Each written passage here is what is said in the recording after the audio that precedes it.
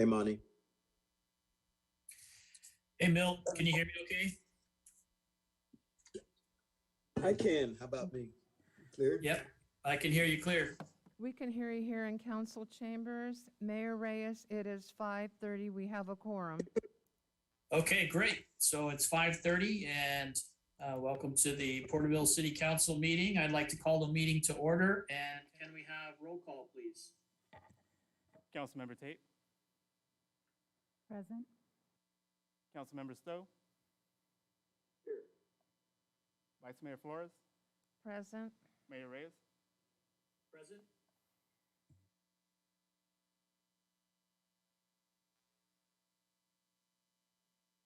Okay, thank you.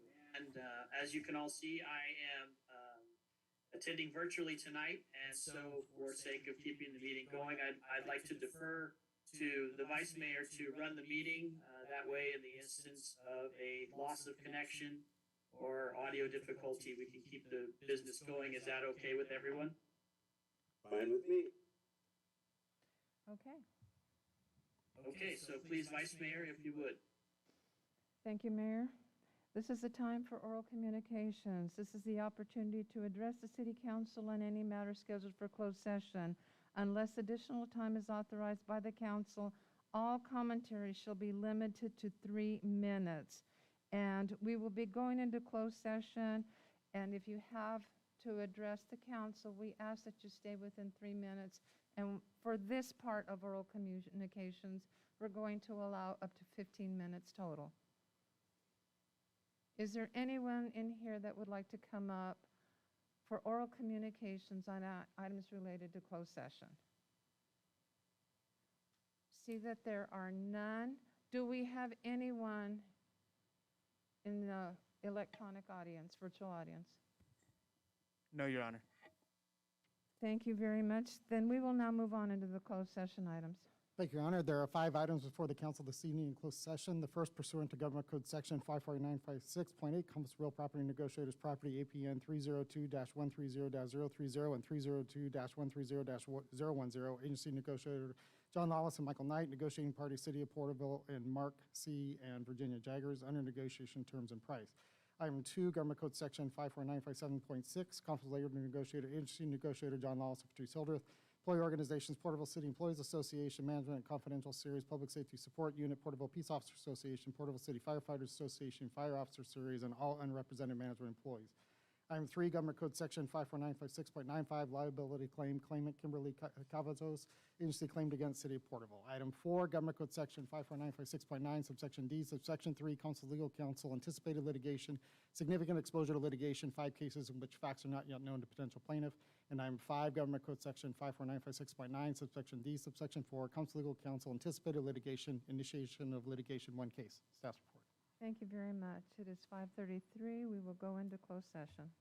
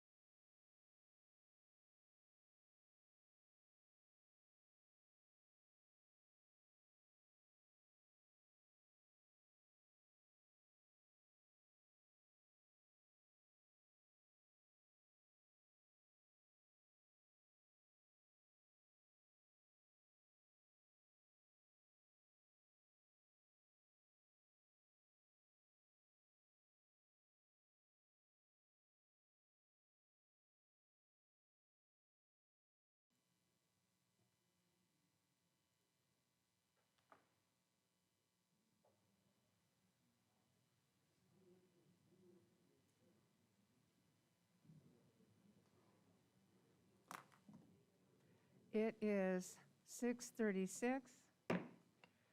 We will reconvene open session and report on reportable action taken in closed session. Yes, Vice Mayor, thank you. During closed session, the City Council considered a liability claim brought by Ms. Kimberly Cavazos. A motion was made by Vice Mayor Flores to reject the claim. That motion was seconded by Mayor Reyes, and that motion carried with a unanimous vote of 4-0 to reject the claim. Thank you. We will now stand for the Pledge of Allegiance led by Councilmember Tate, and please remain standing for an invocation.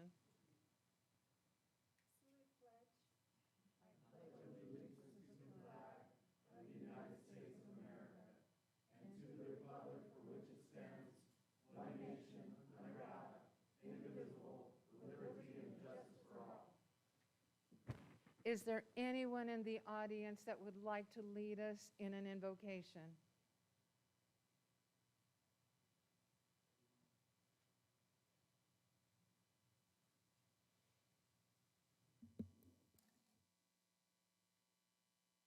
Father in heaven, we're thankful for this evening and the opportunity that we have to come and address the City Council.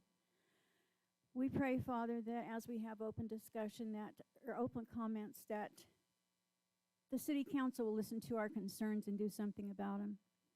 We pray for the City Council, Father, because they don't seem to listen to us sometimes. We love Porterville, Father, and we're so grateful that you love us and that you take care of us and look over us, and that you protect our first responders and our police. We pray, Father, you'll be here tonight as decisions are made, that the City Council might make the correct decisions that represent the voters that put them in office. We love thee, Father, and we say these things in the name of Jesus Christ. Amen. Is there anyone else that would like to come forward in an invocation? You may be seated. Thank you very much. Thank you. Before we go into oral communications, I would like to state there is one public hearing that is time specific, and it will start at 7:30. If oral communications and we go into other matters, we will stop the oral communications, but we will go back to it. But that one hearing will start at 7:30. This is the opportunity to address the council on any matter of interest, whether on the agenda or not. Please address all items not scheduled for public hearing at this time. Unless additional time is authorized by the council, all commentary shall be limited to 3 minutes. If you are here for the public hearings, number 12 and number 13, please hold your comments until then. You will be given the opportunity to speak at that time.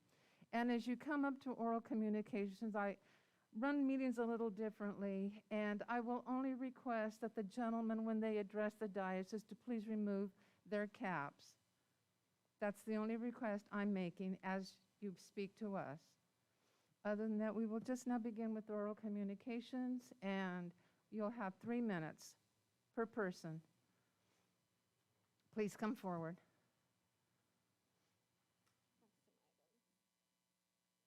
Is that handout? Give it to Mr. Lawless, please. Good evening, council members. My name is Christina Klassen with the Porterville Chamber of Commerce. I'm going to keep my oral communication short this evening, as I really just want to introduce the members of the car show or car club that will be assisting in the car show component of the Iris Festival. Before I bring them up, I just want to also thank you all for your patience with the city council meeting last time. I lost my internet connection. I was over in Arizona at a WACE conference, which is a chamber conference, which was really exciting. So thank you for your patience. Just to continue about the Iris Festival, there's been a lot of buzz going around. What I handed to you is just some samples of the flyers that are being promoted on social media. We have gotten a lot of interest. The community is really excited. And I'm really excited about this car show component, as we're getting a lot of interest from car clubs from out of our area and even out of the state. And so we're excited to bring those people into the community and promote our tourism. Thank you. Good evening, council members. My name is Raimundo Corona, and I am the president of Nasty Habits. We are a family-based car club. We've been established since 1998, and we've been involved with the Toys for Tots for quite a few years already, but we would like to grow stronger with the community. And we feel like this would be a great opportunity to bring more and something new to the community, and we would hope to get an approval and move on forward. Thank you, and you're working with the Porterville Chamber to that regard, and she would know all the information with the access to who she needs to contact and fill out the correct paperwork to that. Yes. So, thank you. Thank you. Thank you, council members. Thank you. If there's someone that would like to come forward, please state your name and address for the record. Please come forward.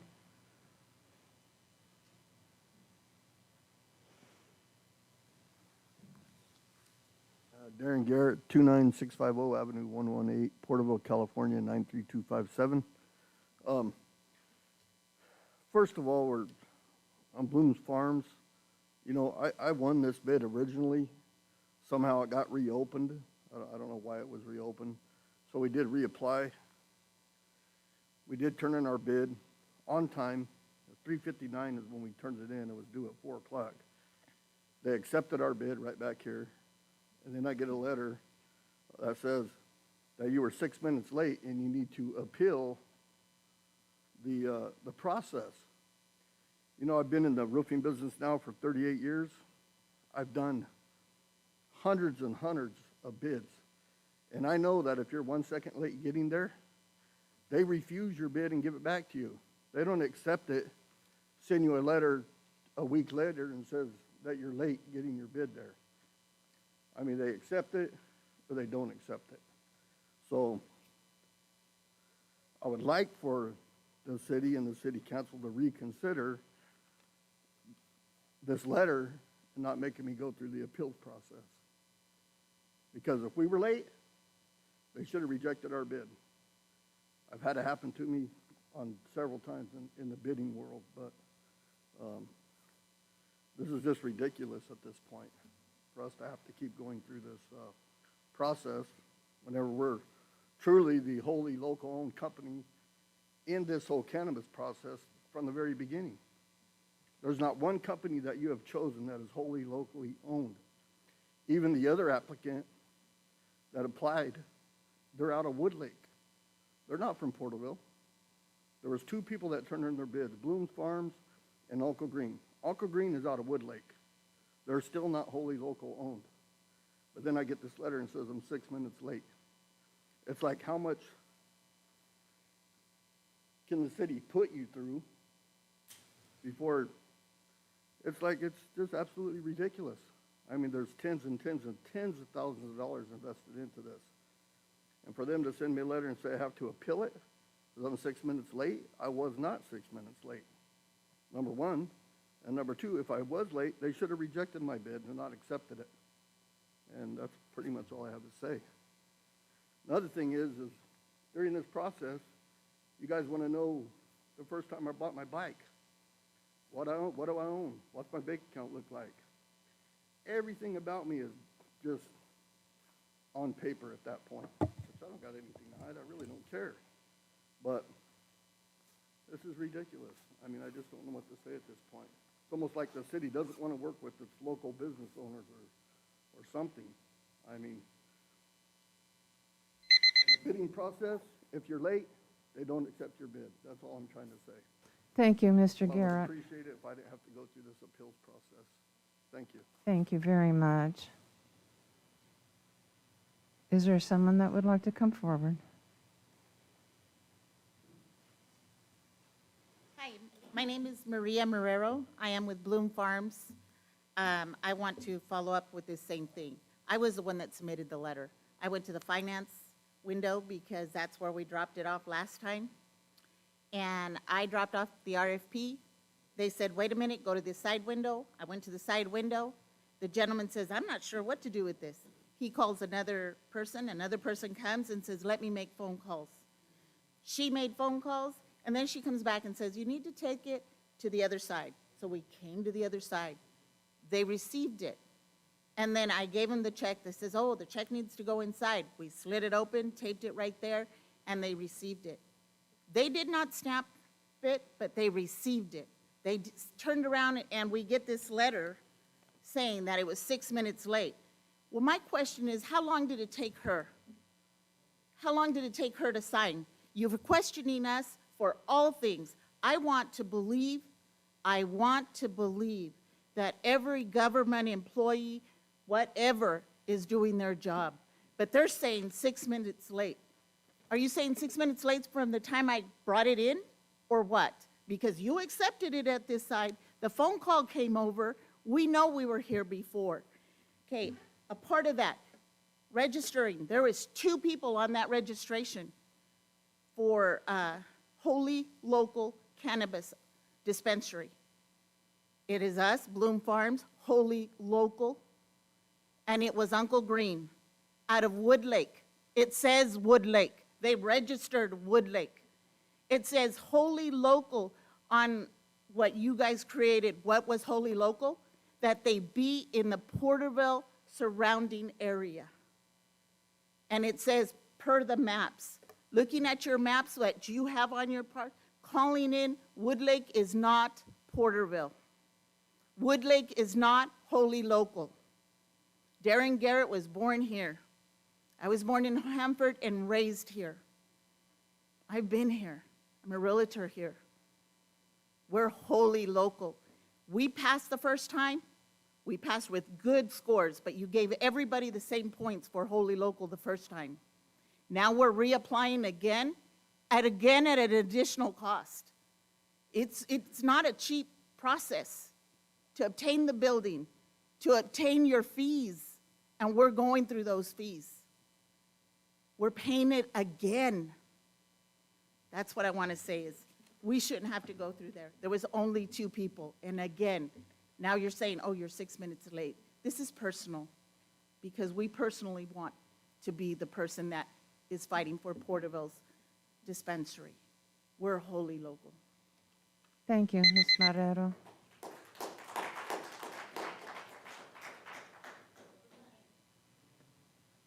Is there someone that would like to come forward?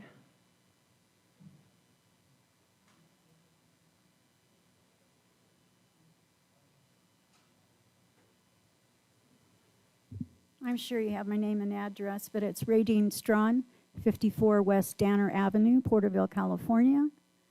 The first thing I want to say is I'm very disappointed in everybody that's up here on this dais, who's on Zoom.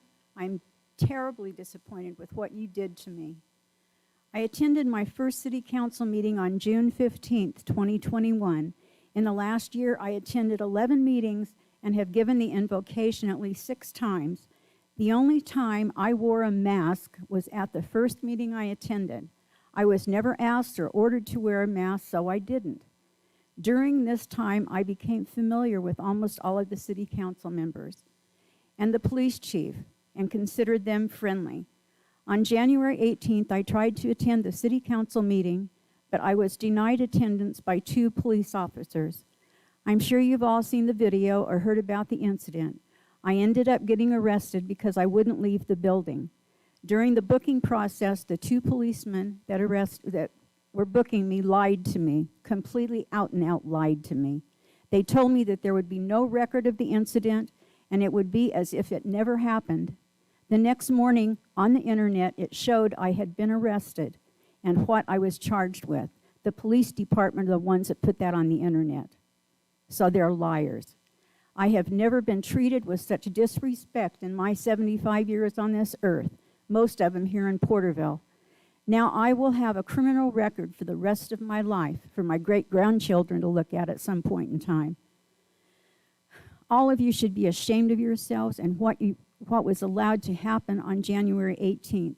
Now when I review the arrest in my mind and think about it, I know that all of you are liars. That's all of you. All of you are liars, okay? And those online.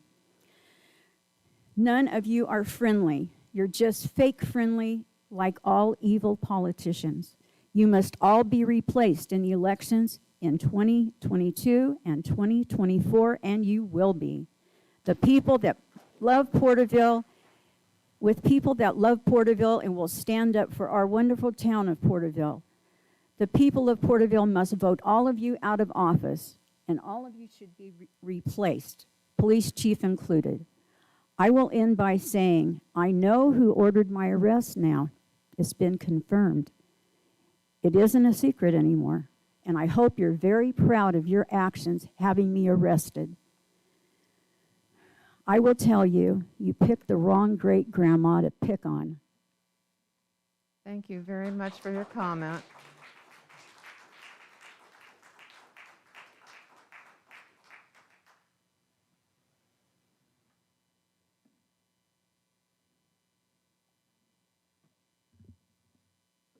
Greg Meister, 1160 Jean Avenue.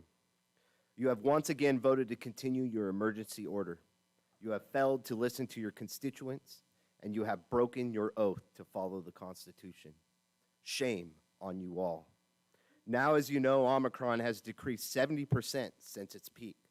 The numbers are down, and your decision to go on Zoom was abuse of power through emergency order. We all know why you guys went on Zoom. It's because Ray Dean was arrested, wrongfully arrested, and you guys wanted to hide from the people. Your decision shows you are tyrannical in nature. This is a republic.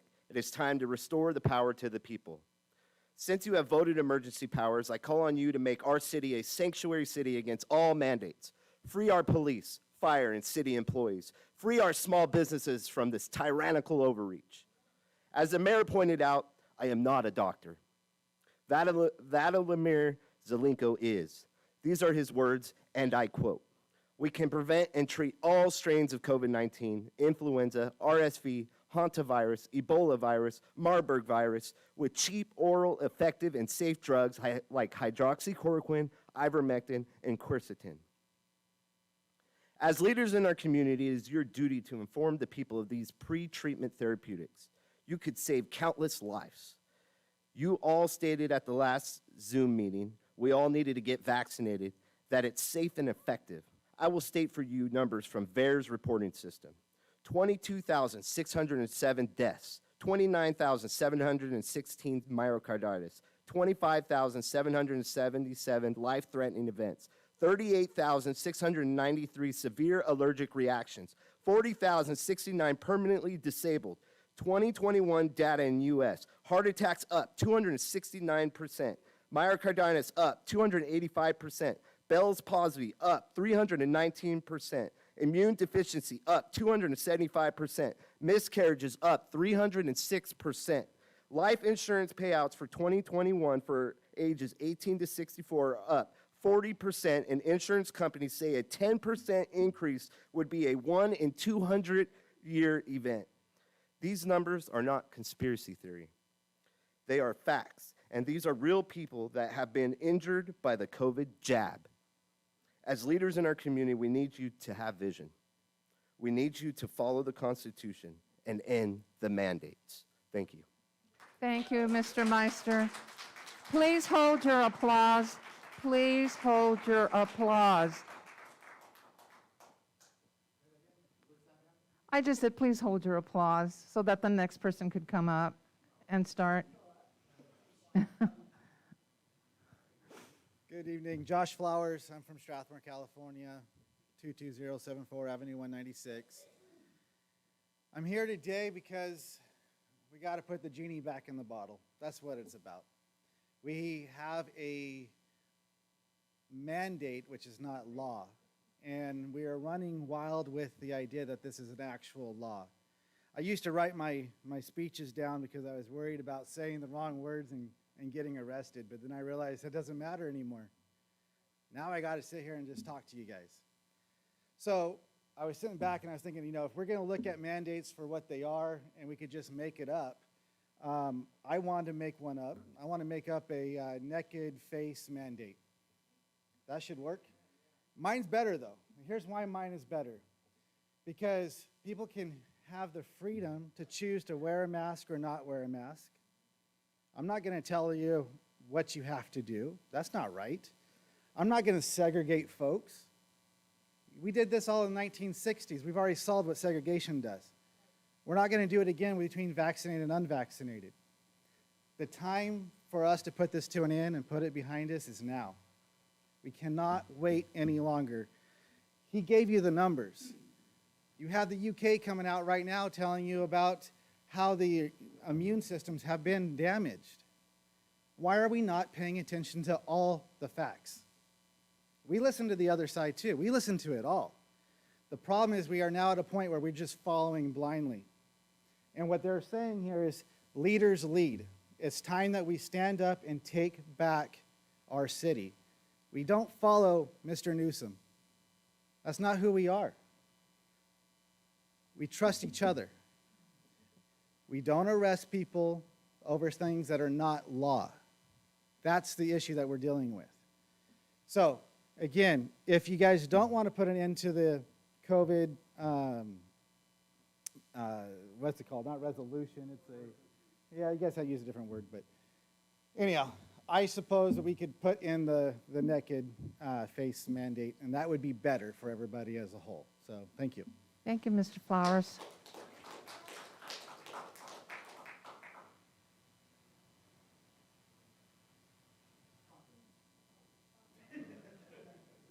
My name is Sherry Toole. I live at 450 West Springville, apartment 143. In Tulare County since February 11th, 2020, there have been 101,157 COVID cases reported, and there have been 1,252 deaths due to COVID. There are currently a total of 6,001 active cases in Tulare County. Today in the city of Porterville, there are 23 COVID patients at Sierra View, 5 suspected cases, 2 beds available in their ICU, and a total of 267 deaths in the past 2 years, since February 11th, 2020.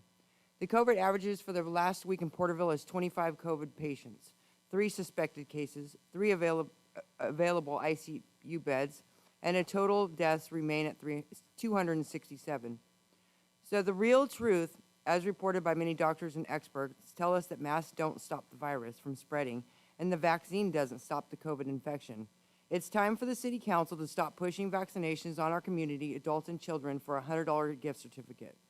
You must stop pumping our community with poison. You know that the vaccination is only approved for emergency use. There has been further testing on the long-term damage of vaccine, and the results are looking grim. Please cancel the proclamation of local emergency now. There is no longer an emergency in Porterville. Thank you very much. Is there any?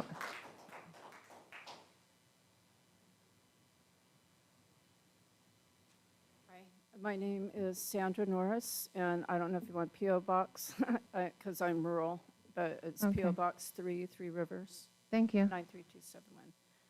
Okay, I wear many hats. I've been a caregiver for 21 years. I'm a massage therapist. I've taken psychology. I've studied the brain. And I wanted to come with a kind of slightly different perspective on the same topic about the mask. Not to shame you, because I see you're wearing one. At a previous meeting, I had brought up about HEPA filters being in all the buildings in the schools as a solution, because they take out 99.97% of all airborne bacteria, viruses, mold, spores, all that stuff. And I think that would be a good solution, more practical, more cost efficient, and because all filters have to be swapped out, but if they're HEPA filters, they're very effective. I was thinking today, and as I'm sitting there, I'm looking at the sign, "In God We Trust." Do we trust God? You know, I do, and God is the one who gave me my first breath. And when I was born back in the 50s, babies were held upside down. Seems pretty brutal now, but they were held upside down, you know, by their heels, and then they were given a little swat on their bottom to gasp and take a nice big deep breath. And that first breath that God gave us is the one that determined how much lung capacity we were going to have for the rest. It just really stretched out and set the mold for our lung capacity, actually, for the rest of our life. So our lungs are very important, and obviously, and I wrote down oxygen. Oh boy, 50 seconds. Oh my gosh. Okay. Oxygen helps send nerve signals and messages through the body. When our brain does not receive enough oxygen, brain cells begin to die. Cell death occurs within 5 minutes of low oxygen, causing cerebral hypoxia, heart attacks, strokes, and they continue to deprive the brain of oxygen, leading to brain death and coma. Symptoms are temporary memory loss, the limited ability to move your body, attention deficit, difficulty making sound decisions. My concern is the children. Now, the forebrain is having foresight. We need to look at the big picture and the future of our youth, especially because they're still in their developmental years and their brains are still developing. And this oxygen deprivation is going to have bring up a very weak, deathly, sickly, undeveloped foresight. I'll give you 30 seconds to summarize. Yeah, thank you. 30 seconds. Okay, their physical bodies aren't going to develop the same psychologically. Facial recognition has to do with your forebrain and having foresight. Without being able to see the entire face, they're lacking in that development of their forebrain by not having the ability to have facial recognition with people anymore, causing depression, suicide, etc. So Thank you I have like an hour more. very much. Thank you.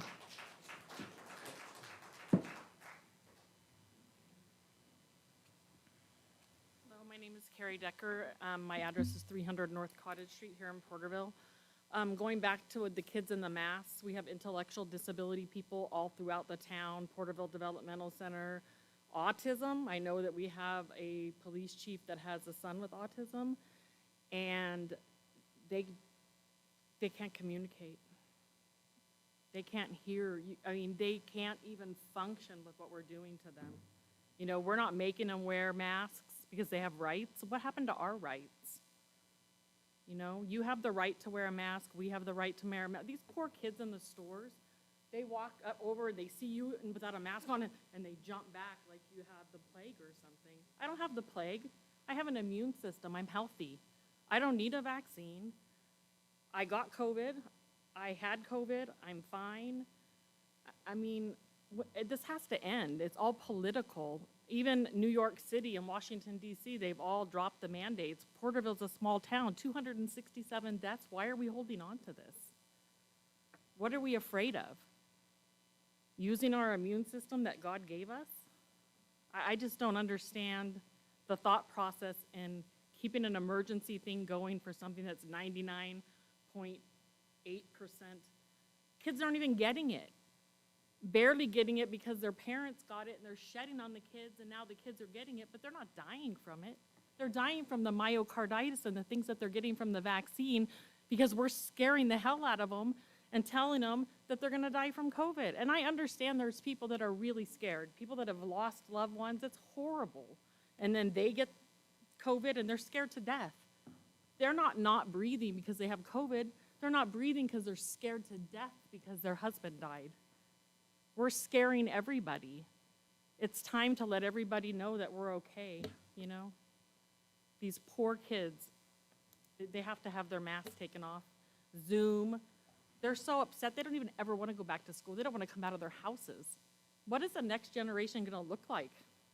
Everybody's going to be talking to everybody, bored to death up there on your Zoom meeting. Yeah, that's what it's going to be like, the poor kids. Yeah, bless your heart up there, buddy. God bless you. Thank you, Ms. Decker. Anyone else would like to come forward?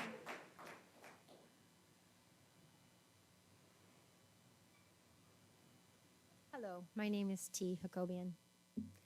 I just want to bring something out not to your attention because we've been coming for months and it just seems like nobody's attention is on the reality. This is all such a facade, and I am not the only person in this room that believes this. We're watching our children suffer when we stand before that flag and pledge allegiance with liberty and justice. There is no justice in this at all whatsoever. Look, I'm not going to point my finger at anybody that wants to either mask or jab. That's totally their prerogative. But when you take these children and you teach them that Pledge of Allegiance, and you give them the shallow meaning of it by them watching us live it, it gets to the point of meaning absolutely nothing. Then you got Dr. Fauci sitting over there telling Mr. Zuckerberg, oh, well, you know, this vaccine, yeah, it's there's vaccines that are going to just get in there and do their thing and not do their thing, and this one particularly is making people worse. I mean, if you want me to give you the link, I'd be more than happy to give you the link stating it right there, and then everybody coming on the back end saying, oh, no, his words were taken out of context.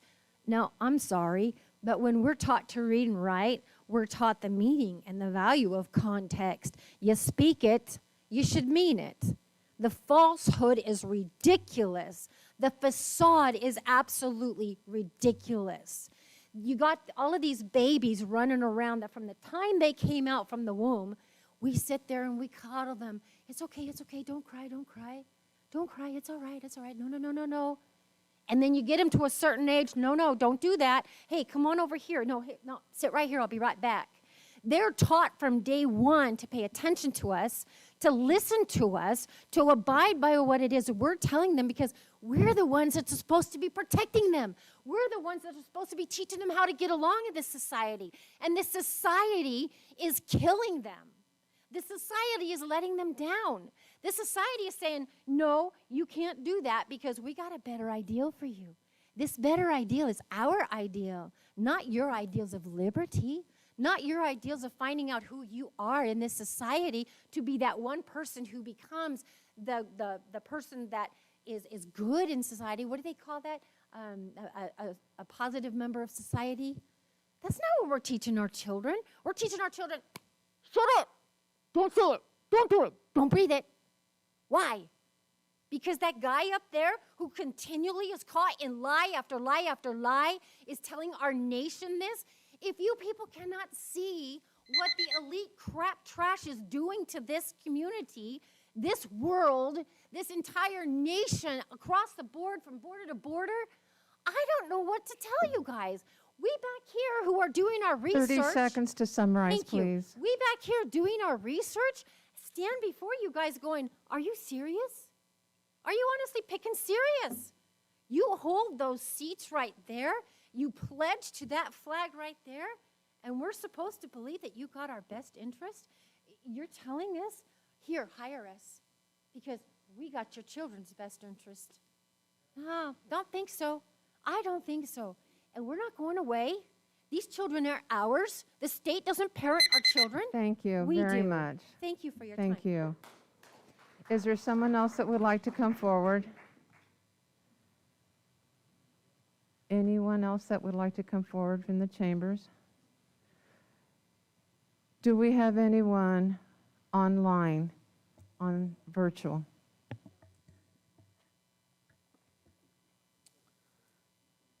It doesn't appear so, Your Honor. No? Okay. I want to thank everyone for their comments to this regard, and we will now go on into the scheduled matters. Thank you, Your Honor. Before the council this evening is consideration of reorganization of the city council. Mayor Reyes has requested that the city council consider reorganization in the appointment of a mayor. Okay. On behalf of Mayor Reyes, I will take it to council by my colleagues as to who they would like to nominate for the position of mayor in this reorganization.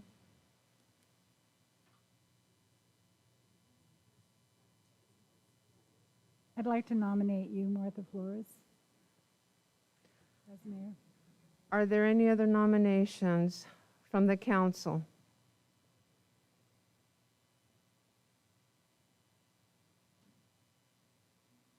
Do you need a second?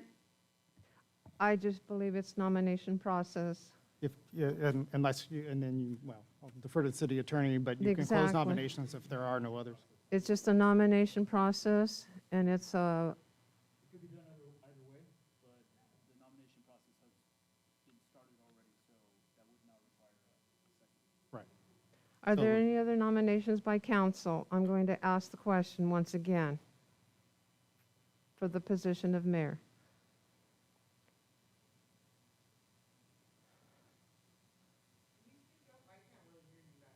We opened up nominations for council for the position of mayor, and the appointment will be on the dais by the council members. And there was one nomination that was placed forth. I am asking other council members if they would like to place forth another nomination.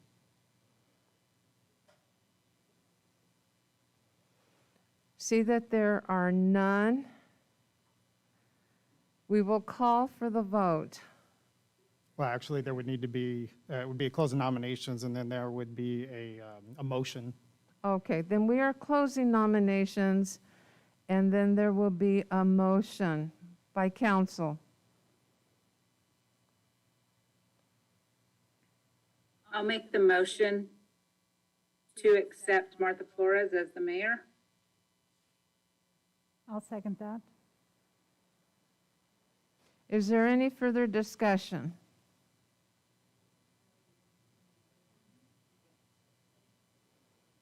Call for the vote. Councilmember Tate? Councilmember Carrillo? Aye. Councilmember Stowe? You'd be vice mayor. Vice Mayor Flores? Aye. Mayor Reyes? Aye. It passes unanimous. And in the reorganization process, we now will open it up for the position of vice mayor. And I will take a nomination from council to that position.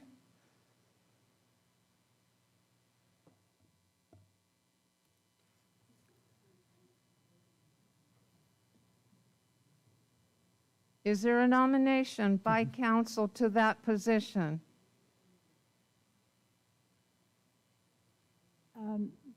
Would Monty Reyes accept vice mayor? I have a question on council, and I'm gonna have this, I'm gonna have a question to the council members, and it's just a comment. And I'm saying, Councilmember Carrillo, you have taken forth an initiative to attend, to educate yourself, to be a part of the process as a council member. You have taken forth some participation in council meetings to that regard, and a part of leadership and growth is to allow people to take a position to see if that is something that they would be willing to do. And I am asking the question publicly, if Councilmember Carrillo has an interest for a nomination. Yes. Then I will place forth the nomination for Councilmember Carrillo. We have two on the floor. We have one for Mayor Reyes, and we have a nomination for Councilmember Carrillo. At this point, those are the nominations. Do we have a motion? You don't need a motion. I'm being guided here because this is, We have to vote. You would, if you determine that there's no other nominations on the floor, then you would close the nominations. Okay, then, there are no other nominations. We close the nominations and then we vote. Do we do You would take them in order. take them in order? Take them in order. Okay, Do I need to make a motion to close the nominations, or do we just automatically close them? You can close them if there are no other further nominations. There's we two are, nominations. okay. So we're closing the nominations at 7:17. There are no other nominations. And we take them in order of the nomination. So a vote for Mayor Reyes for the position of Vice Mayor. Call your vote. Call the vote.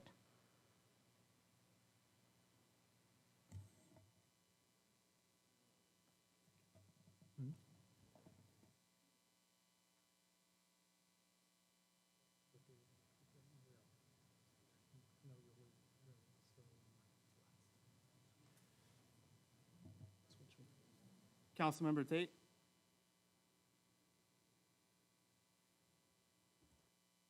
Councilmember Carrillo? This is the vote for Vice Mayor, and it's Monty Reyes. The vote is for Monty Reyes, and it's to be voted by council. By each one of us, and it's my vote next, correct? Your vote would be It's next. my turn. Yes. Okay, I'm gonna say no. Councilmember Stowe? No. Councilmember Reyes? No. And you have to, well, it fails. It fails three, well, you actually should vote. The mayor should vote. No.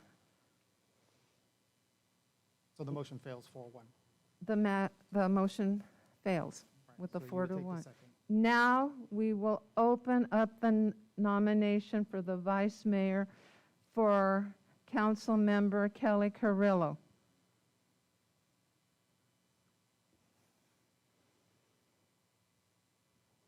Councilmember Tate? Yes. Councilmember Carrillo? Aye. Councilmember Stowe? Aye. Councilmember Reyes? Aye. Mayor. Mayor Flores? Aye. It passes unanimous. Councilmember Kelly Carrillo will resume the position as vice mayor.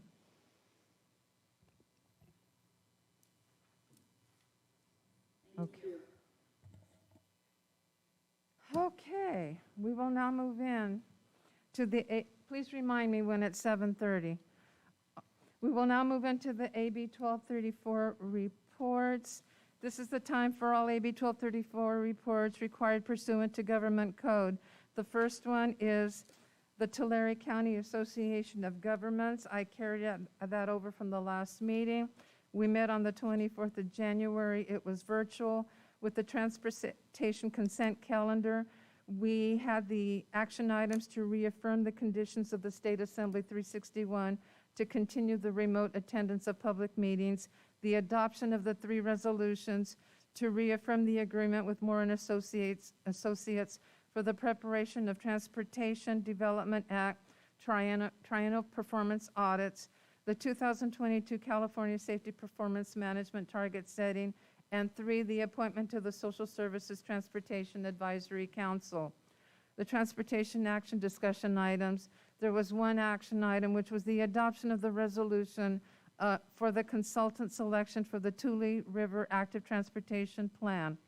The items of information had to do with the Regional Transportation Plan Sustainable Community Strategy Update, the status of State Transportation Improvement Program allocations, and California Transportation Commission's update. And moving on, there was no updates from Caltrans for this area.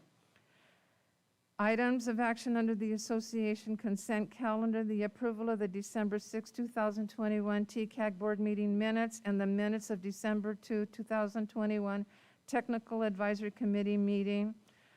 There were 2 applications that were not approved, but to be submitted, and they had to do with the clearinghouse for review for Cahuilla Health Foundation, United States Department of Agriculture Emergency Rural Health, 1 and number 2 track applications. With regard to the legislative update for TCAG, as a result of COVID and safety protocols, most meetings in DC are held virtually. This year, TCAG will not travel to Washington, DC, and will continue to work their efforts through the federal lobbyists, PACE Government Solutions, and state lobbyists, the political group, which would be in the efforts of the state budget, transportation, housing, climate change, etc. That concludes this report. The next meeting is for February the 28th. San Joaquin Valley Air Pollution Control District. Do we have a report on that? Thank you, Mayor. Actually, due to unforeseen circumstances, I was unable to attend. However, there's a meeting coming up this Thursday, which I'll gladly be able to present a report at our next meeting. Thank you. The Tulare County Regional Transit Agency Board. Thank you. On the meeting of the 24th of January, we had several action items. First, the board voted to have not just 1, but 2 public hearings based on the proposed fare changes regarding alignment of fares throughout the county for the Regional Transit Agency.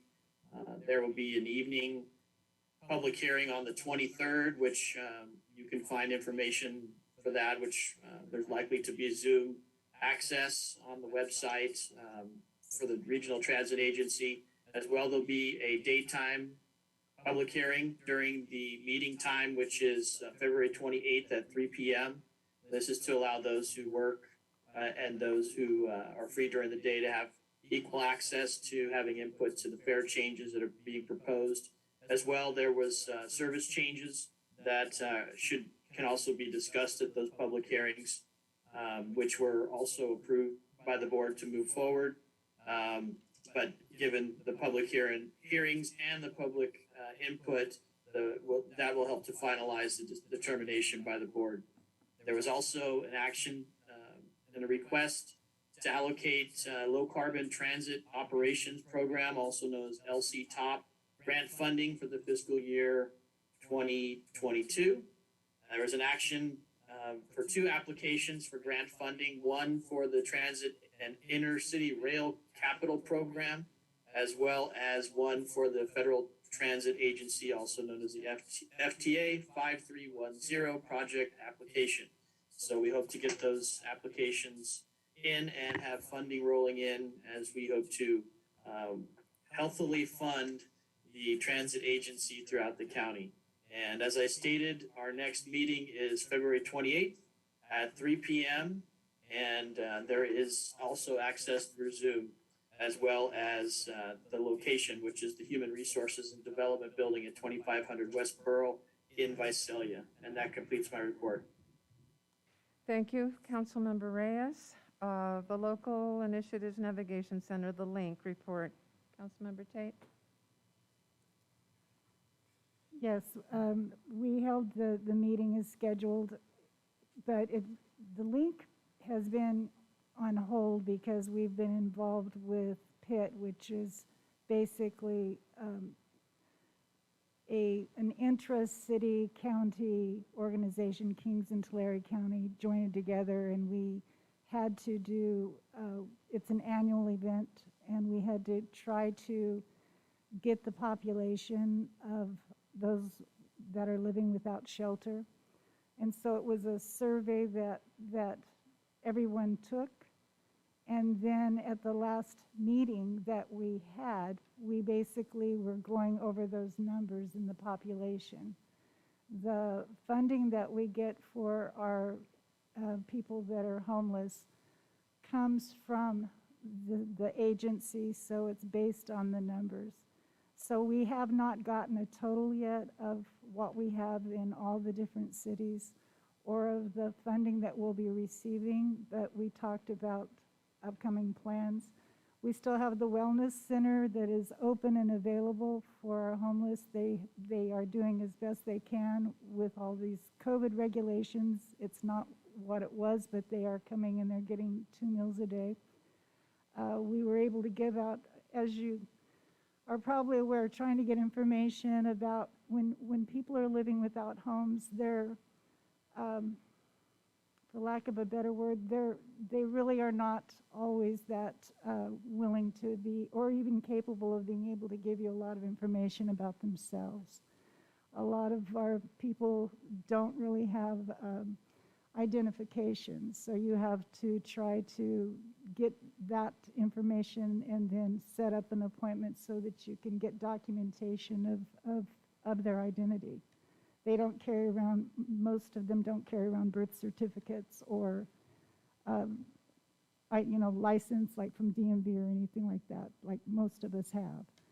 So it's kind of a big task doing this, but we've accomplished a lot, got a lot of information. There was, at the next meeting that we will hold, which will be, it's always the first Wednesday of the month, we will be able to get more numbers and statistics. And then once we get the funding, then we can start planning for the next year. Any questions? There are no questions. It is close to the public hearing. It is 7:28, and I'm not sure if the Eastern Tulare Groundwater Sustainability Agency has a report. I would like to defer to Mr. Knight if he's in the building. If not, then I wouldn't be able to give the report. No, I'm here. Thank you, Mayor. I attended the Eastern Tulare GSA meeting on February 3rd at 2 o'clock. It was via Zoom. They approved the minutes from the January 6th meeting, continued the resolution for public teleconferencing, approved the bills. A number of the action items was a discussion of the 218 and result to the funding of the Eastern Tulare GSA, amendments to the bylaws, and then an approval to scope of services for Land IQ for land truthing, continuing to go through landowner requests and monitoring of the accounting data through Four Creeks. And the next scheduled meeting is March 3rd, Thursday, March 3rd at 2 p.m. and it is Zoom, and it's posted on the agenda link as well. Thank you very much. I will just briefly report on the Internal Audit Committee that we met on virtually on February the 3rd. All members were in attendance. Legal Counsel, Julia Liu, John Lawless, Council Member, Vice Mayor Carrillo, Rob Taylor, Maria Bemis, and I. There was the unanimous approval of the draft minutes of the Internal Audit Committee of January the 6th, the continued review and consideration of unfunded pension obligations, considering options to address the city's unfunded pension obligations. At the last meeting, I shared that we went through the draft policy thoroughly and there would be revisions made. The draft policy with the revisions made were brought to the committee for review. No further revisions. The policy will be brought to City Council in March for consideration to adopt validation and proceed to move forward if deemed. Then there was a brief presentation of CalPERS with tools available, just an analysis of pension obligation funds and no pension obligations funds. An example was used as far as the tools and exporting the data. The next meeting is scheduled for March the 3rd at 4 p.m. This concludes my report, and we will move into the public hearing. Thank you, Your Honor. We have two public hearings that are scheduled this evening. The first is time sensitive to 7:30, and that is the consideration of revised City Council district electoral boundaries as required by Elections Code Section 21621, public hearing number 4. And Ms. Hildreth will provide the staff report. Thank you, Mr. Lawless, Mayor, members of council. As you know, the city took action to hire the consulting firm of Best & Krieger, and we have with us via Zoom Mr. Tyler Anthony, who will be presenting the report this evening.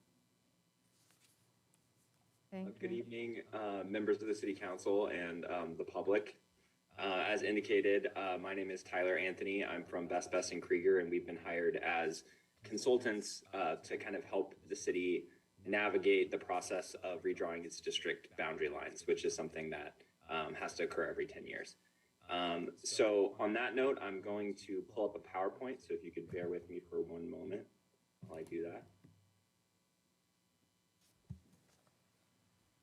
And actually, it looks like I've been disabled from screen sharing. Is there any way that someone can give me power to share my screen? Yes, of course, we're on it. It has been done. You should be able to try again. Sorry.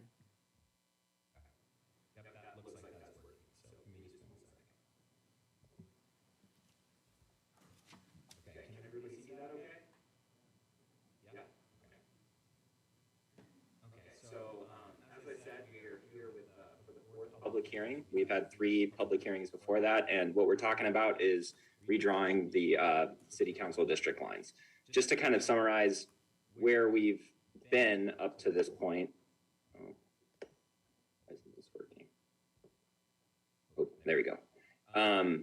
So it's a 4 hearing process. So the first 2 hearings are usually done before we unveil any draft maps, any revised maps.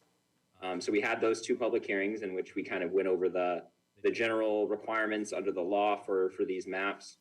Then we had a 3rd public hearing in which we came forward, BBK that is, with a draft map based generally on a population rebalance.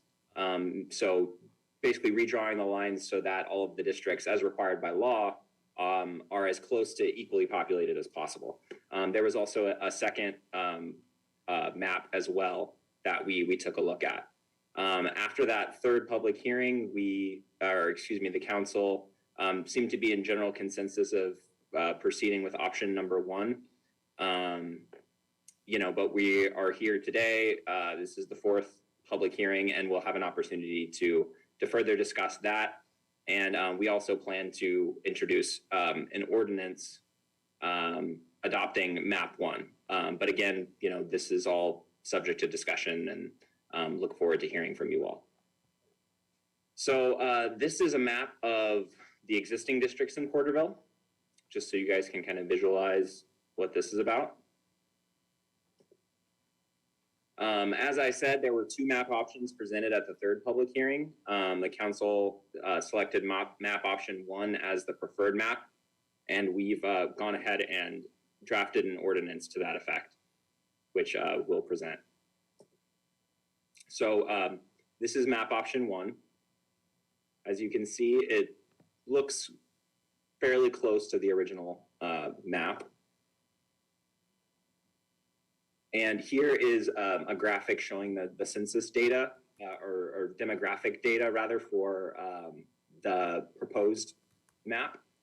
And some important things to keep in mind here is 1, under federal law, all of the districts need to try to be as equally populated as we can make them. So under federal law, the total deviation, which means the difference between the lowest populated district and the highest populated district, can't be more than 10%.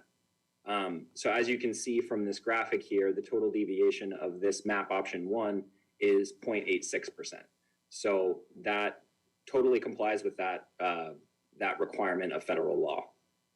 You can also see on these columns, just to provide a little bit more explanation, there are various columns with some ethnic, racial, demographic information. And this is important because under federal law, to the extent that we can, while complying with all of the other requirements, we want to try to create and encourage minority-majority districts. So districts where the majority of the voting age population are a minority. In the original map, districts, I believe it was 1, 2, 3, and 5, were already minority districts. And you can kind of see from the column that says CVAP Hispanic, the map option 1 generally preserves those as minority majority districts. So bottom line with this map option 1, it doesn't change a lot. There was some slight changes to lines to balance out population, but otherwise it looks pretty similar to the original map. And this is just kind of summarizing what I just said. So the total deviation, again, it needs to be below 10%. Previously, it was at about 14%. So, you know, a reduction to less than 1% is pretty good, and a deviation of less than 1% is really good. The map option 1 preserves majority, minority, Hispanic voting districts in districts 1, 2, 3, and 5. And it also retains the core of existing districts, with just minor pockets of population that have had to shift to lower the deviation. And before I continue on with this PowerPoint, I want to share a little bit more information about map option 2. So I'm going to stop sharing my screen. I'm going to pull up something else to quickly demonstrate that. And I apologize, this just didn't make it into the PowerPoint for whatever reason. So this is map option 2.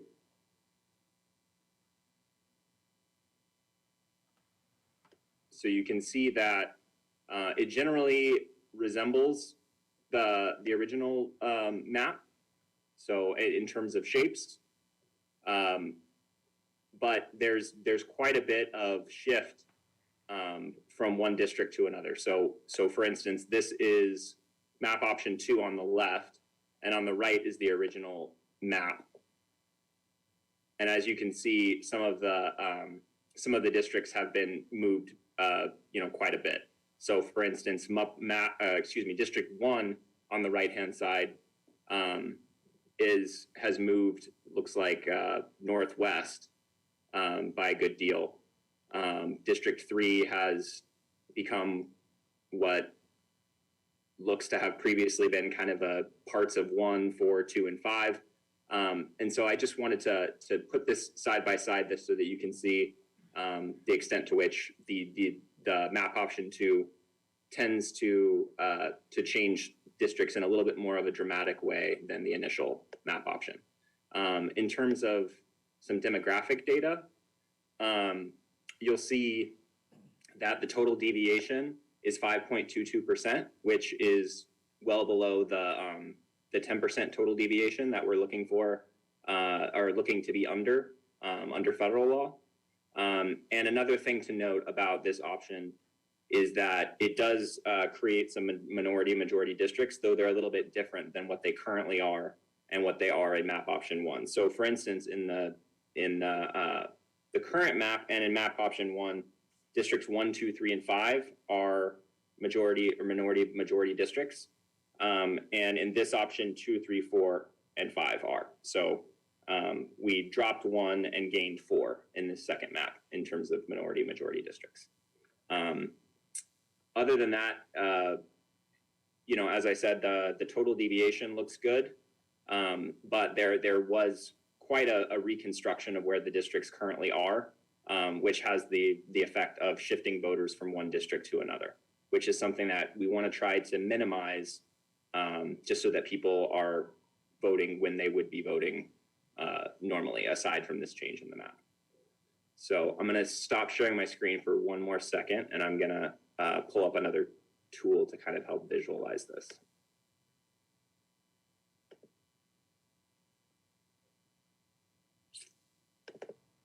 So this is the mapping tool that is available, I believe, through the mapporterville.org website. And this is just another way to demonstrate some of the changes to the current districts. So here are Porterville's current existing districts. I wish it was labeled a little bit better, but as you can see, here's District 1, District 4, District 2, District 5, and then District 3 down here. And this is the map option 1 overlaid on top of the current districts. And you can see you can see change from the current districts through these bold little pockets here, these bold lines. So for instance, this little rectangle here was shifted from District 4 and now it's in District 5.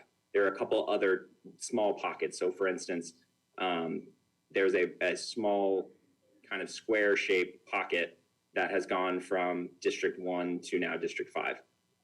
But these changes are pretty minimal. And again, the point of the changes was just to balance out the population, which was a problem under the current map. So that's map option 1. Here's number 2. So you can see with map option 2, there are some more dramatic changes to the districts, kind of as we illustrated in the spreadsheet that I showed you guys a little bit earlier. You know, the districts have kind of moved and shifted quite a bit, which is a little bit less than ideal, just because we want to try to preserve the core of existing districts, again, to ensure that people are voting when they would otherwise be. All right, I'm gonna stop sharing my screen one last time and go back to that PowerPoint. Okay, so for tonight, after I'm done talking, there'll be an opportunity to consider the maps, provide some input on a preferred map, also direct any revisions if desired, and then also we'll introduce the ordinance approving the map option 1. You know, if that is still kind of the consensus of the council. Thank you, Tyler, very much for the information, once again for your report. Now I think we're looking at the next steps, aren't we? We are. So this slide just provides some information on the process again. As you can see, we're on the 4th public hearing. We would introduce the ordinance at this time, you know, subject to council's thoughts on the different map options. The deadline for the city to adopt the ordinance after a second reading, though it's effective immediately, and to submit the map to the registrar is April 17th, 2022. And then the 2022 election is happening in November for certain of the districts. And I believe that's the end of my PowerPoint. So at this time, I'd love to answer any questions that anybody has and kind of open the discussion up regarding the mapping options, any changes to either of the options, et cetera. Do the council members have any questions of Mr. Anthony before we open up the public hearing or after the public hearing? Okay, there are no questions, please. I have a question in terms of the ordering. Because you talked about the different districts moving, is there in the interruption to the voting cycle, is there a way to renumber them to avoid that?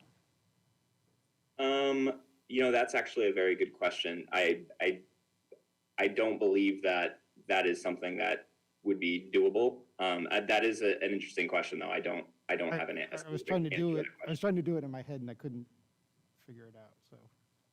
Gotcha. Thank you for that question. No questions on behalf of the council members, then it is 7:44.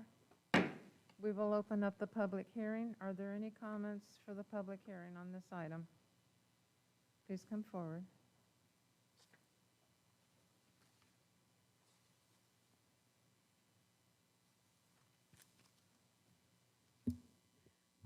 At the last virtual city council meeting, I expressed my opinion on the new city council district boundaries and map. My opinion hasn't changed. In order to better serve the people of Porterville, we must add at least 2 more city councilmen for a total of 7 at least. The current council of only 5 isn't listening to the people that voted them into office. We are only given 3 minutes twice a month to express our opinions and concerns. We never have an opportunity to ask questions and get an answer. We blindly vote you into office, believing your campaign promises, and you do what you deem acceptable without regard for what we want done. Take the new map 1, add at least 2 more districts, and elect some new city councilmen in November 2022, and it'll be perfect. Anyone else would like to come up and comment under public hearing for this item? Do we have any comments from public virtually? Yes, you do, Your Honor. Let me go ahead and bring them in. Thank you.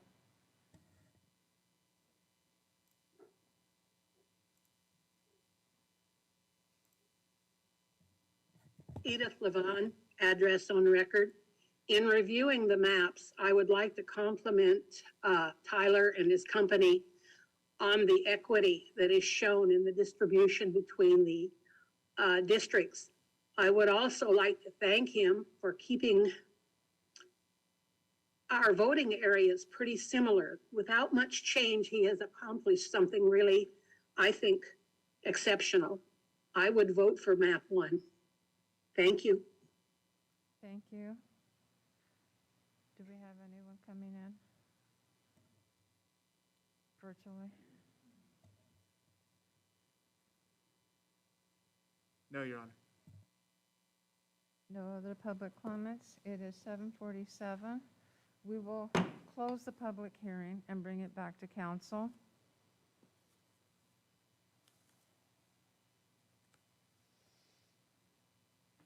Councilmember Stowe.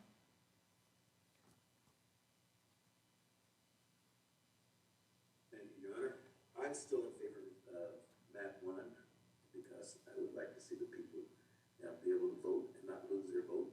And map 2 would drastically change that. Thank you. Thank you. Councilmember Reyes.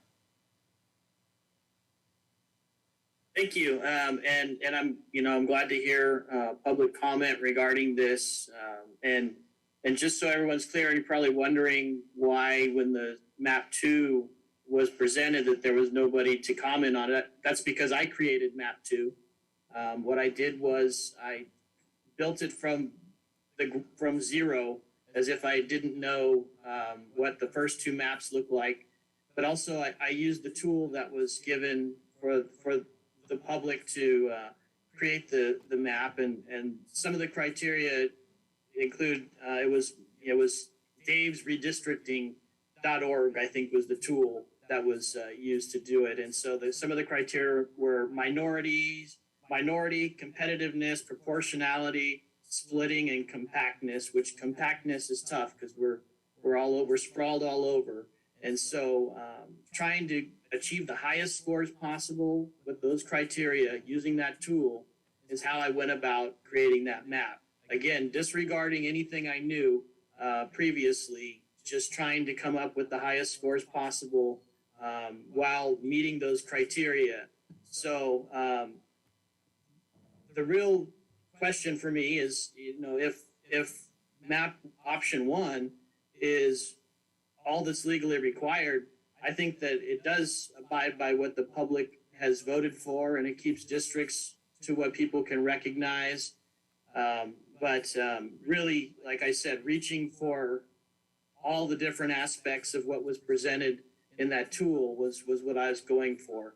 So, and I know the numbering scheme is off. I think in hindsight, if I would have numbered it differently, it could have not been as confusing, but you get all those colors and all those blocks and districts and precincts going, and it gets to be a pretty daunting task. So, and I'm not a professional at it, so, but I did take several hours to do it. So that, just so you know, that's where it came from. So, but again, if the other map is what's legally required, and if it's what all the intentions have been about redistricting, I know we have our council is very diverse as it is, so those are my 2 cents. But again, hopefully none of the other members have hard feelings now that they know that I created the map. But just know that I created it with the intention of building something from zero, as if I had no point of reference other than those points that I had to hit and the criteria that were given. So those are my comments. Thank you, Councilmember Reyes. Councilmember Tate.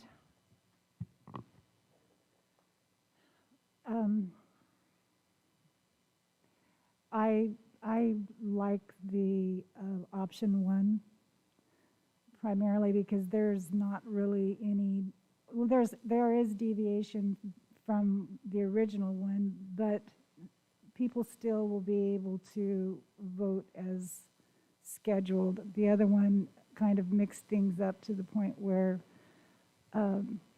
it might have been no one would be voting until 2024, I think is what I'd heard would happen. And you never cease to amaze me, Councilmember Reyes. I'm surprised that was you. I was wondering where that, so thank you. Thank you, Councilmember Tate. Vice Mayor Carrillo. Yes, thank you. I am still in support of the option one map.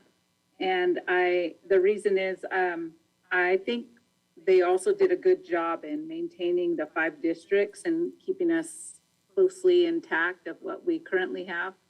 But I also wanted to thank Councilmember Reyes for submitting a second option, because it was good to have something to compare to and see how those numbers adjusted and shifted and how even the boundaries changed. So that was helpful for me to see that shift. Thank you, Councilmember Carrillo. I am going to ask a question, and I'm going to look at Ms. Strawn because she did bring it out at the last council meeting. And I will respect that she brought it to the table once again. I'm going to look at Mr. Lawless, her legal counsel, that request for 7 council members would have to be a process away from this, and that would be with the charter. That has to do with the charter because the city of Porterville is a charter city, and it all has to be taken to the voters. Correct. I just want you to know that I listened to you at the last council meeting, and you bringing it to the table again this evening, you deserve a response. Okay?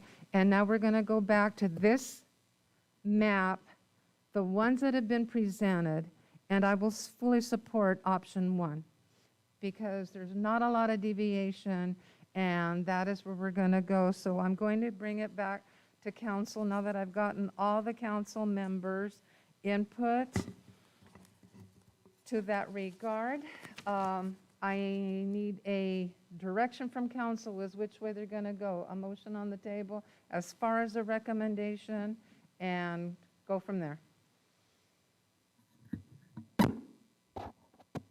If I may, Mayor, the recommendation of staff would be to obviously conduct the public hearing to receive public input and to adopt the draft ordinance, which is an ordinance of the City Council of the City of Porterville, adjusting the boundaries of City Council electoral districts and redefining the boundaries of all City Council electoral districts of the City of Porterville, California, give first reading by title only, and order the ordinance to print.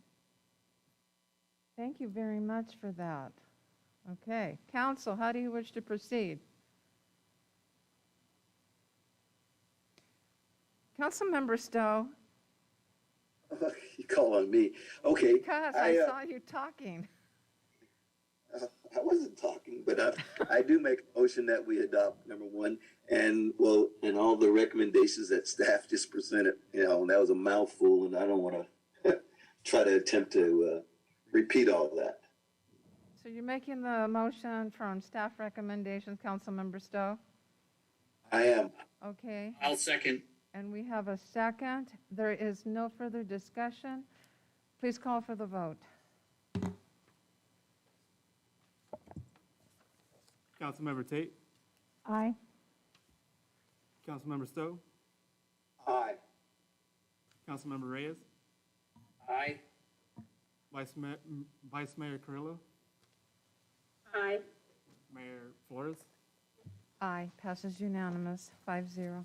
Thank you very much. Read by title only, Your Honor. Please. Okay. An ordinance of the City Council of the City of Porterville, California, adjusting the boundaries of City Council electoral districts and redefining the boundaries of all City Council electoral districts of the City of Porterville, California, and amending Exhibit A to Section 2-1.3 of Chapter 2, Article 1 of the Porterville Municipal Code.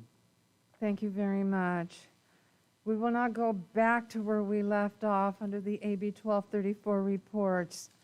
The next one would be the Tulare County Regional Transit Agency Technical Advisory Committee. Thank you, Mayor. I was unable to attend the Technical Advisory Committee meeting on the 7th. Thank you very much. COVID-19 Ad Hoc Committee. Who is going to do that one? Councilmember Carrillo? I mean, Vice can Mayor, I start that one. apologize. Yes, I can start that one. So we did meet on, I believe this one was the 8th, on February 8th, and I have a lot of notes. So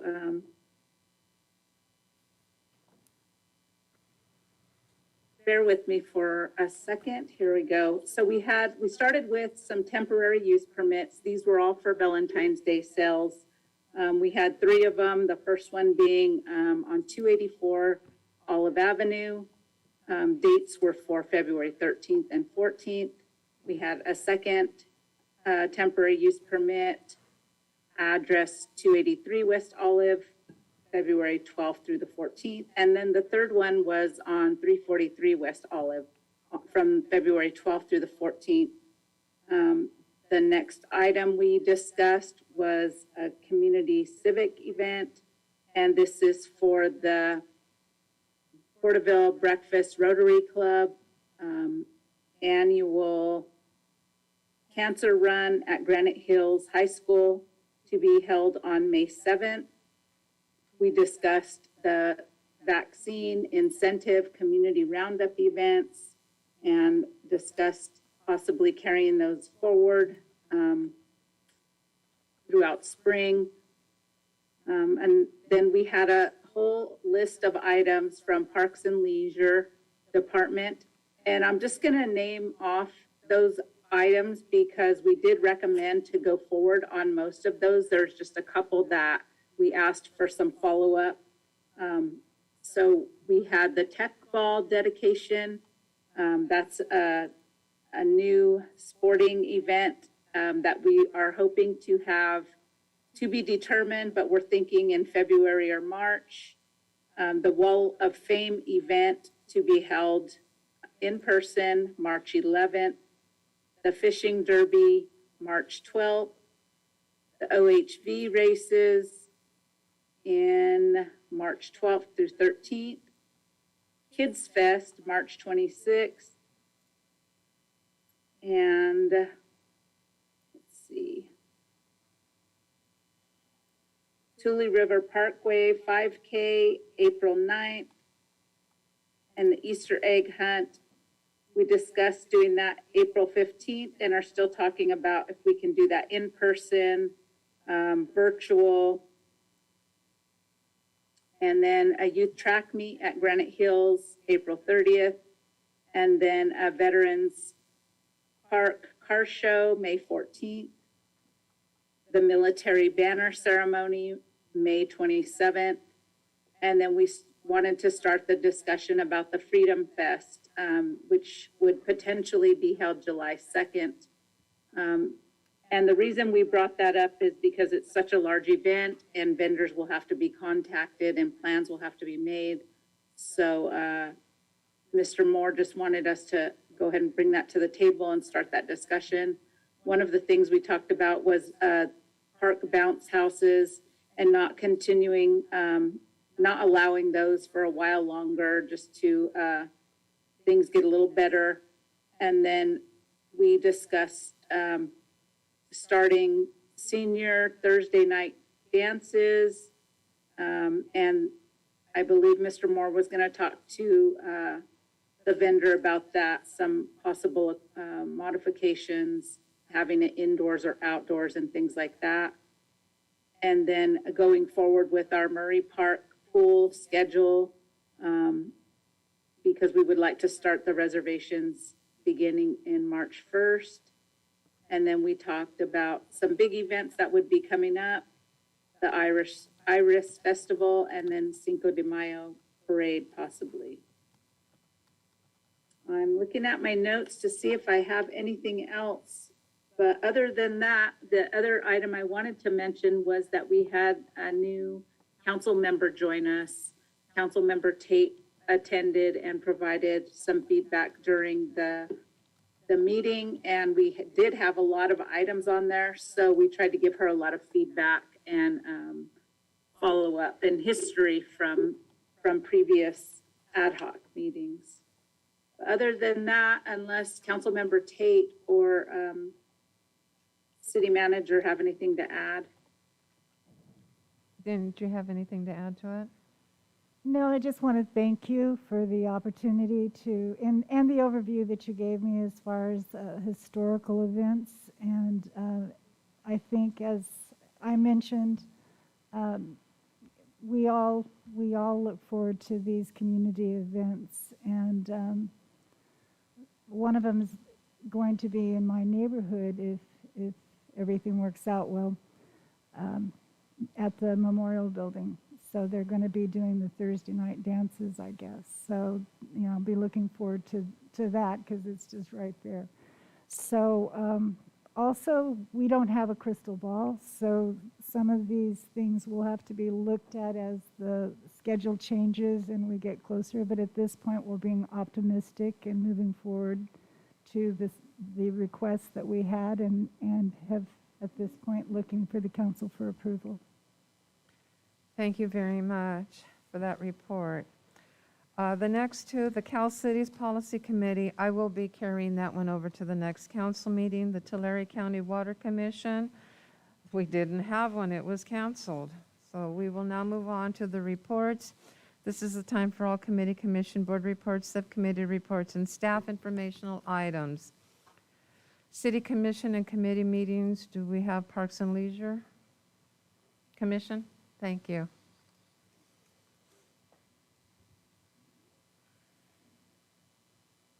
Good evening, Mayor and members of Council. I'm Parks and Leisure Service Commissioner Arlene Pena with our Commission report. The Commission made a recommendation to the City Council to approve 2 upcoming OHV park races, along with overnight camping administered by Myron Short, 2 times promotion. Short currently is contracted with the city to maintain daily operations of the facility. He has facilitated these races since 2014.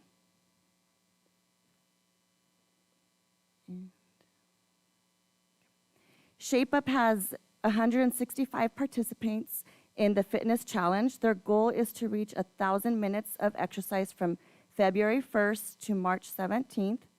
Those that do will receive a shamrock-shaped gold medal.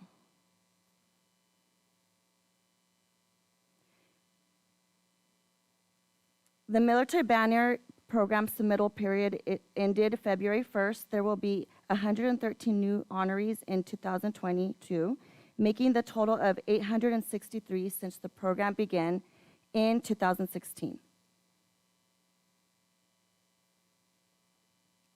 March 1st will wrap up the current first Friday of the month virtual bingo series. Over 100 continue to compete for prizes donated from local businesses.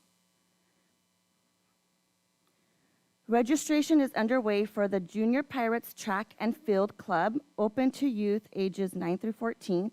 The athletes will practice twice a week and have 2 local meetings. That concludes the report. Thank you for your time.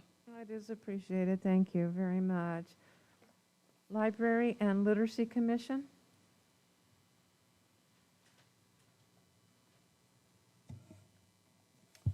Yes, Your Honor, I will go ahead and bring them in right now. Thank you. This is different, having to watch it on YouTube and on the computer to see everything. We had our meeting on February the 8th, and as usual, we're a good group. Some of the things that we talked about is we got the virtual story times by Anna Marie, that's every Tuesday morning.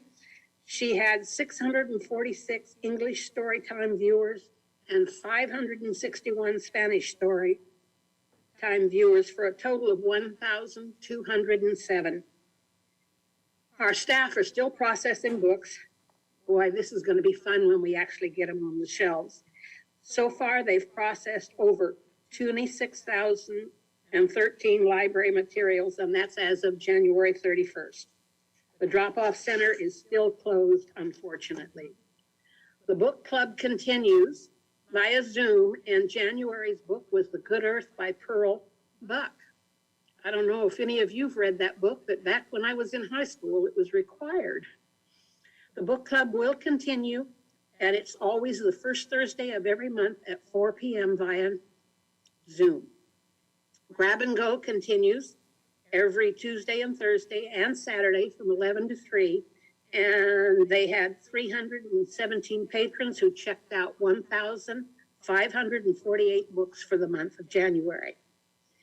And Karina and Giselle attended 2 of Burton School District's kindergarten registration events on the 27th from 8:30 to 3:30. And they gave out flyers, to promote our library services, and had 33 patrons sign up for library cards. And everyone that signed up for a library card received a special gift. Personally, I think a library card is a special gift. Staff have continued to work with the vaccine program, with the one most recent one, which was the 27th through the 29th at Pearson. And they continued to give out the $100 gift certificates that assist some of our local businesses. And this is important for those people who file taxes. Federal 1040 and 1040 SR tax booklets and forms are available, and they are placed on a table outside of the old Kogi sandwich shop during the regular work hours, Monday through Friday, 8 to 5. And they also have some California state booklets and are expecting more. And forms and instructional booklets will be made available on the California ones as they arrive. Now, at our meeting, our scheduled matters, we got a temporary library update. And our furniture vendor has tentatively estimated the shipping date to be in late March, with installation of all the furniture and books and everything in early April. And our staff is currently working on facility signage. On January 18th, City Council approved the technology infrastructure to begin work at the facility, and we do not have a timeline to share on that. We discussed the Library Foundation, and we are going, as commissioners, we like to attend the other commissions to see other things that are going on within the community. And so we divided them between our members so that we could cover everything. I'd like to thank the City Council for what they do and how they're helping us with this. And I'm looking forward to continuing to give reports that are positive. Thank you. Thank you very much. Doesn't look like we have an Arts Commission report. I believe, do we have one? It doesn't appear so, Your Honor. Okay. I don't see that we have an Animal Control Commission report. They did have a meeting today, but it was canceled. Okay, thank you for that. Youth Commission? No, Your Honor. Talk? They'll be meeting next week. I'm sorry. They'll meet next week. Oh, thank you very much for that. Okay, then we'll go on to staff informational reports. Thank you, Your Honor. 3 reports provided. First, on the Wall of Fame, we have the honor coming up in the month of March, as was referenced earlier by Vice Mayor Carrillo, to recognize 5 individuals for their contributions to the Porterville community as nominated by members of council. Then Mayor Reyes nominated George Tanamoto. Then Vice Mayor Flores nominated Cynthia Garcia Brown. Councilmember Carrillo nominated Daniel Hackey. Councilmember Stowe nominated Barbara Sue. And Councilmember Tate nominated Nikki Edwards. We'll also have the opportunity to recognize those that appropriately, that's the hope, those that were recognized in 2020 and 2021. And going back to 2020 was Linda Camarena, Joe Carrillo, Roberto De La Rosa Sr., Jim Hawley, and Joe Reese Jr. In 2021 was Janice Castle, Teresa De La Rosa Garcia, Jeff Edwards, Virginia Garola, and Gang Sue. The event to recognize them is tentatively scheduled for March 11th, 2022 at 3 p.m. in Centennial Park.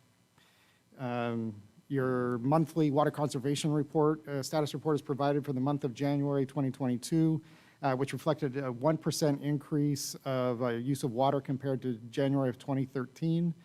Cumulatively, the city stands at 25% conservation.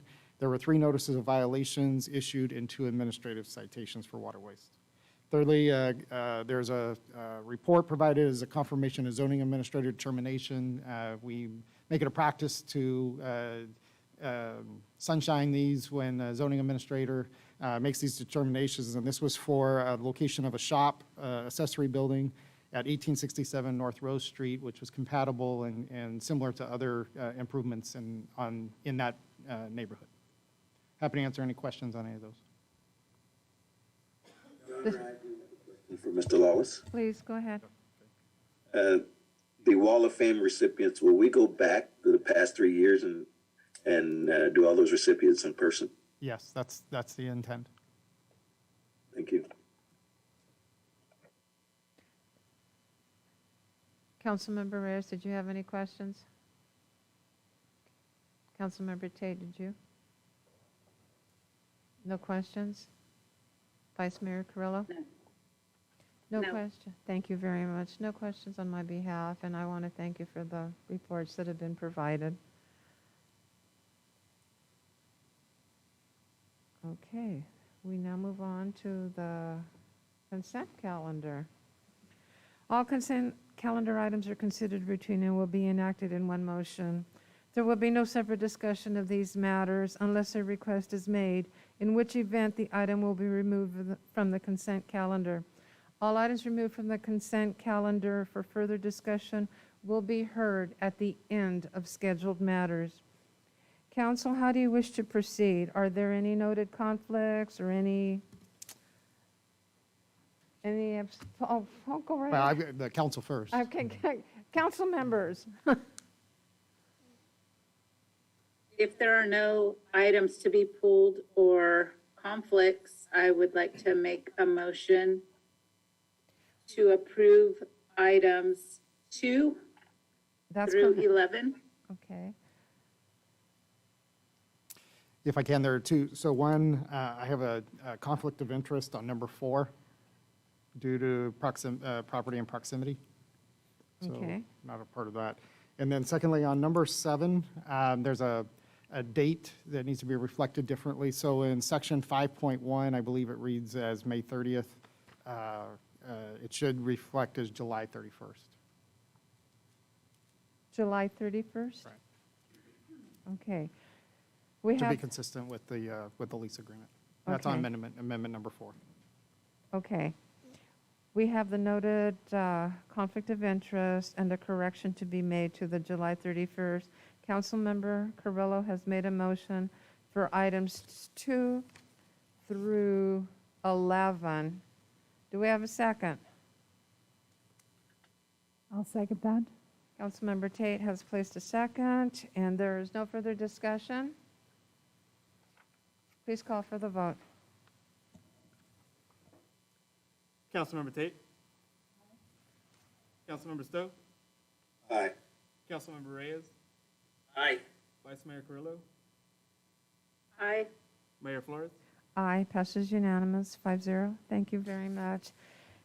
We will now move on to item number 13, the public hearing.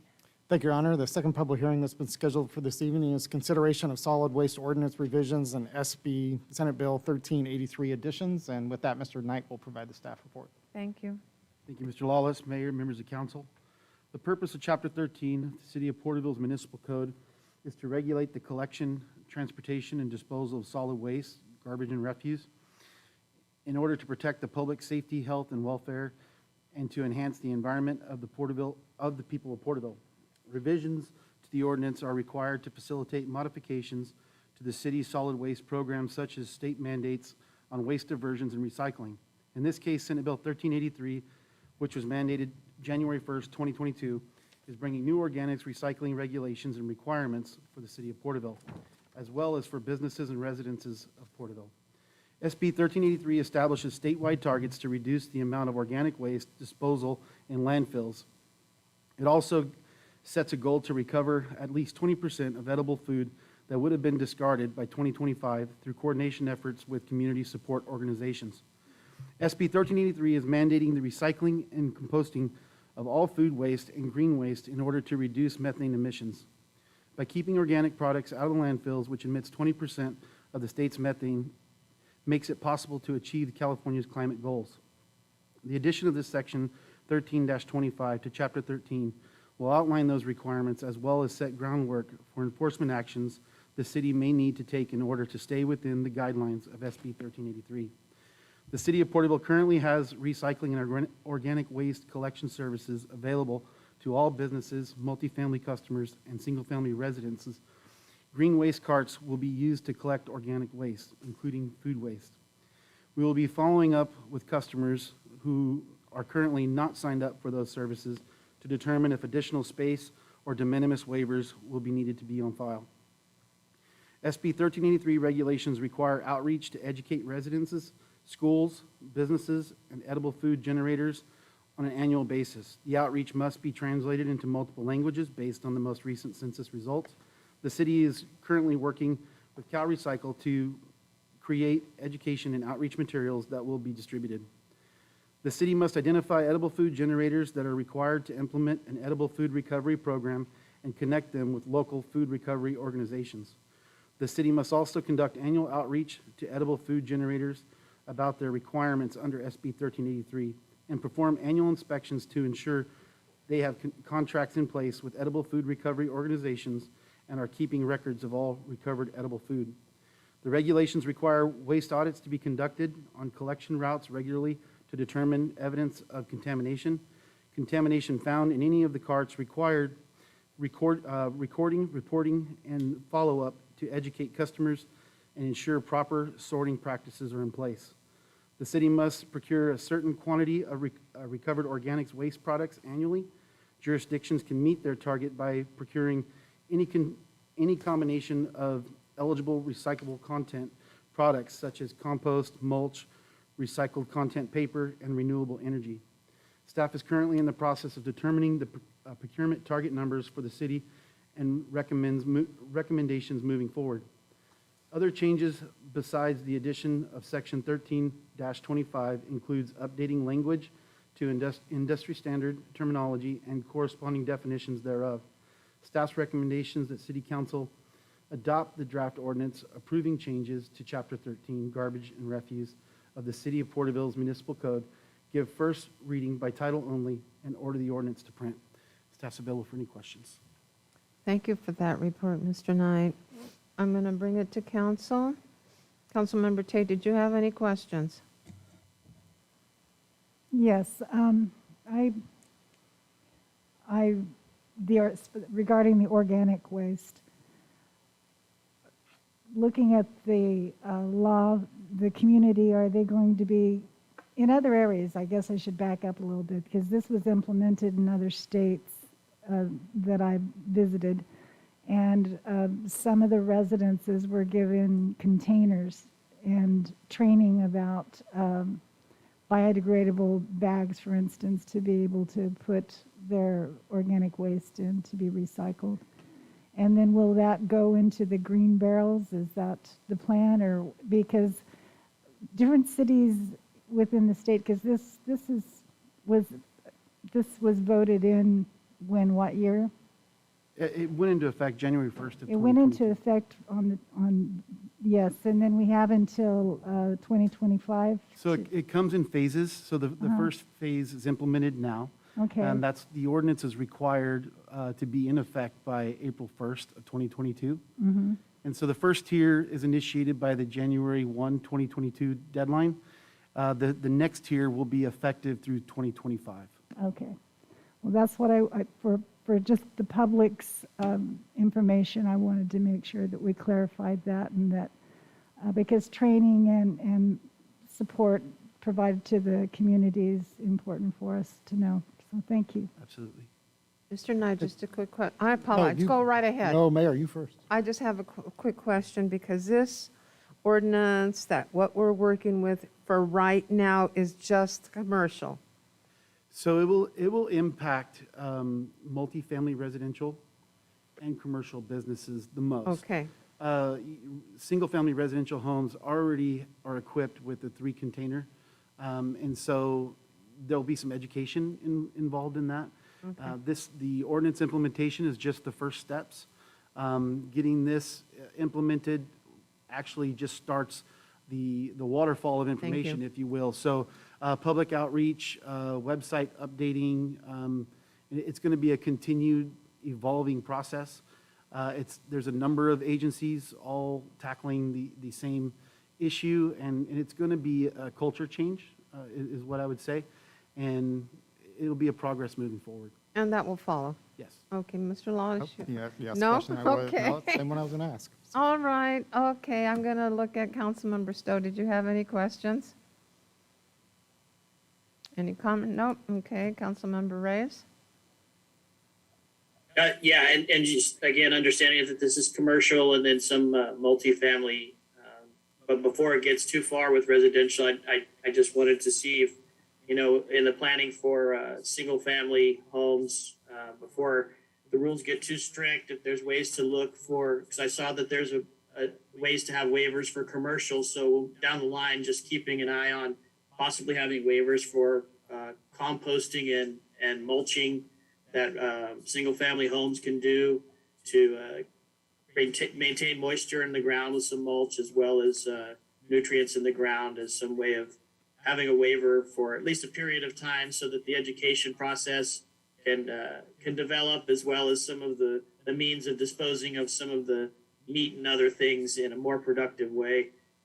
But I know that's down the line, but those are my only thoughts. I know we have to do it. It's been coming for a while. And thanks for all the work putting this together. Councilmember Vice Mayor Carrillo, I'm sorry. My only questions were about the forthcoming education, but that's been addressed. So thank you, Mr. Knight. Okay. So where is it that we're going to go now? That's what I thought. Right now it's like we're asking all these questions. Okay. No. It is 8:23. We will open up the public hearing. Any comments? Do we have any virtual? No comment in the council chambers. Do we have any virtual? Any questions? No, Your Honor. Okay, it is 8:24. We will close the public hearing and we'll bring it back to council. And in which direction would council like to go?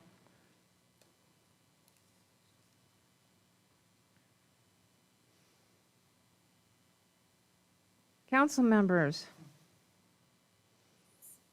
So are we, I'll go ahead and make the motion to adopt the draft ordinance approving the changes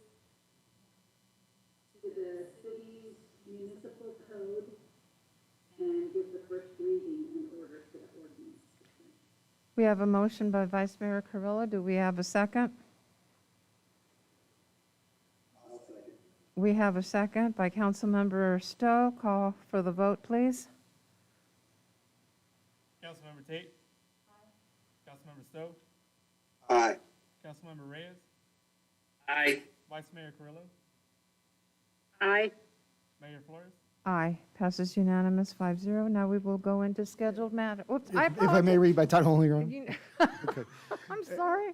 I can read the whole thing if you. No, An ordinance of the City Council of the City of Porterville amending Chapter 13 Garbage and Refuse by updating terminology and definitions in the addition of Section 13-25 regarding Senate Bill 1383 Regulations and Enforcement. Thank you very much. Now we'll go on to scheduled matters.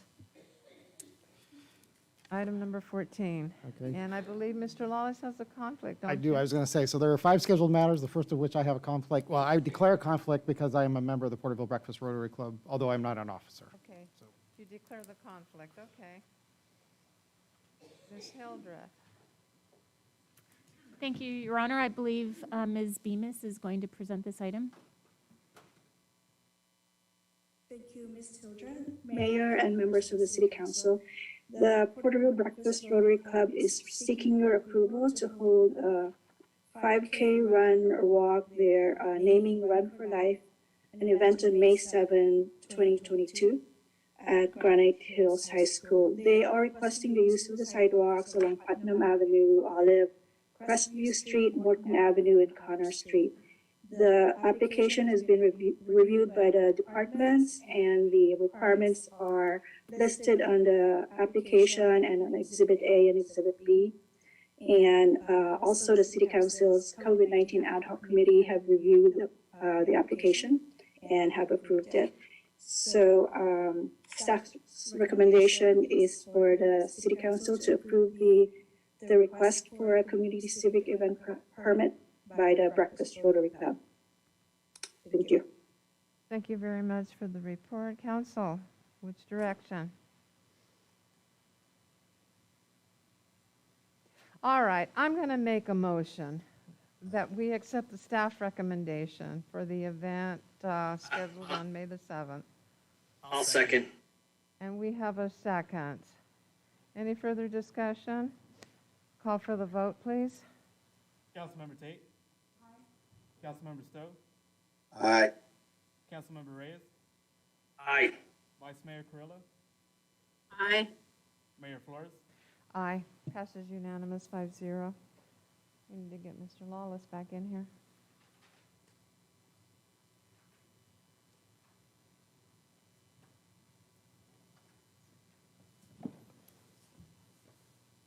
We'll now go into item number 15. It's 8:30. Would you?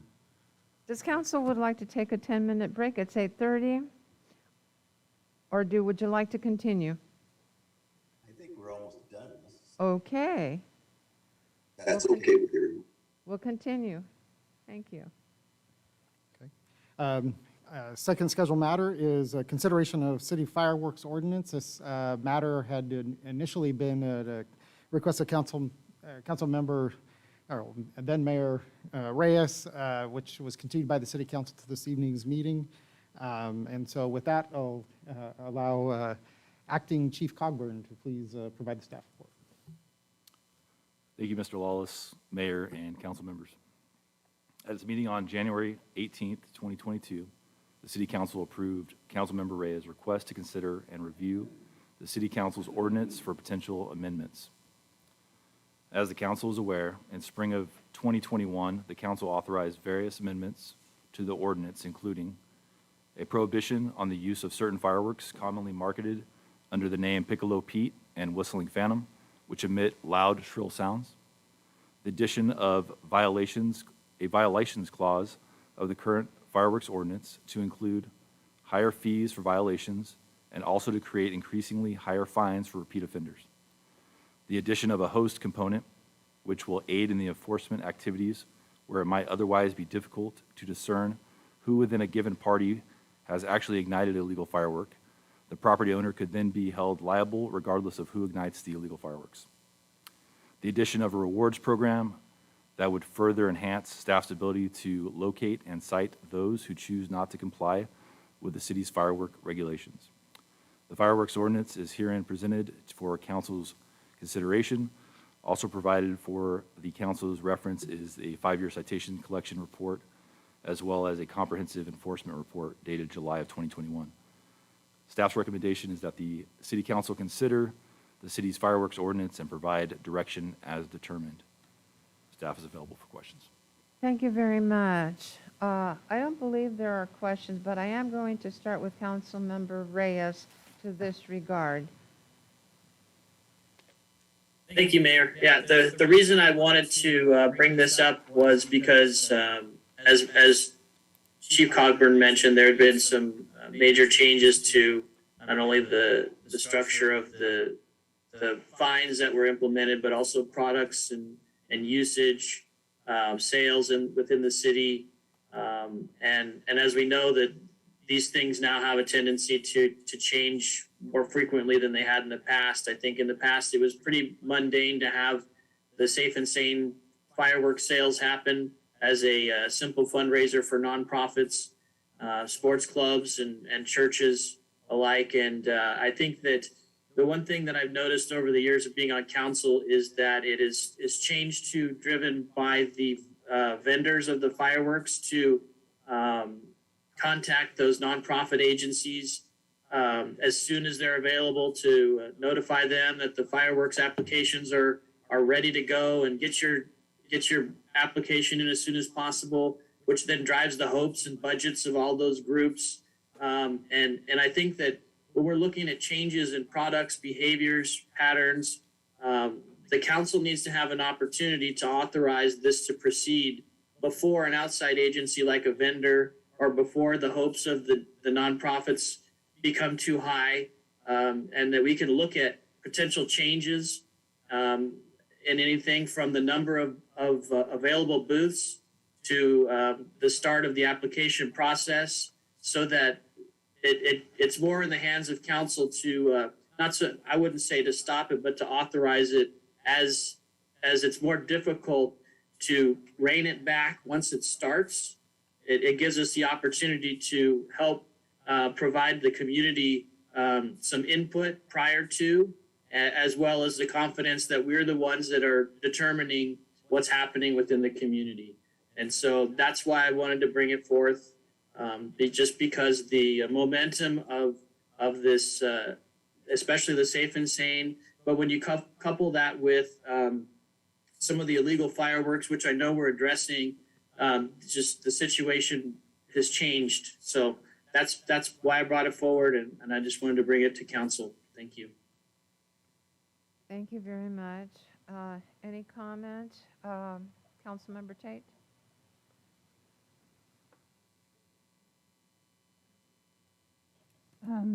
I've seen how these sales have evolved, and in my neighborhood, it sounds like a war zone. We have many veterans that suffer from post-traumatic stress disorder. Often when you call to report, you can't really distinguish or whether it's illegal or legal, because there's such a mix. I miss the good old days when we could all get together and go to the stadium and watch a big show together, and all, those methods that we used back in those days to celebrate the Independence Day. But this goes on. Fireworks start happening way before 4th of July, and they last long after. And so that's my input as far as being a citizen. I don't know how other citizens feel about this. And my biggest worry is with the drought and all of the possibility of setting fires, because everything's so dry. I mean, as 4th of July last year, we were fighting fires in the mountains, and then we were blowing things up here in Porterville. But that's just a very candid way of talking about it. Thank you for your comment. Councilmember Stowe? Yeah, I just have a question for Councilman Reyes. Are you saying that you would like to change that the city contact these nonprofit organizations over the manufacturers? Is that the change you want? No, actually, the change that I want to suggest is that it's sometime in December that the council bring this item forward to say, yes, next year we plan on allowing the same number of booths. We have no changes in limitations of products, or the changes we made last time worked good, so we're going to stick with that. But in December, giving the fire department the thumbs up to start the application process on the calendar date that it's been set up. Because right now it's a calendared thing that happens with or without us. And if we want to stop it, we got to jump in and try to pull it back. So what I'm saying is in December, for us to say, have an item, discuss, yes, we're going to do this, and then it just goes forward. But it gives us an opportunity, as well as the public, to give feedback on those specifics that happen. And as we saw with the illegal fireworks, we couldn't predict that would happen. But should we have had a point to bring it up, we could have maybe either taken an action or brought some information forward. So my suggestion is just to do something in December before the application process starts in February timeframe. Okay, thank you. Vice Mayor Carrillo, any comment?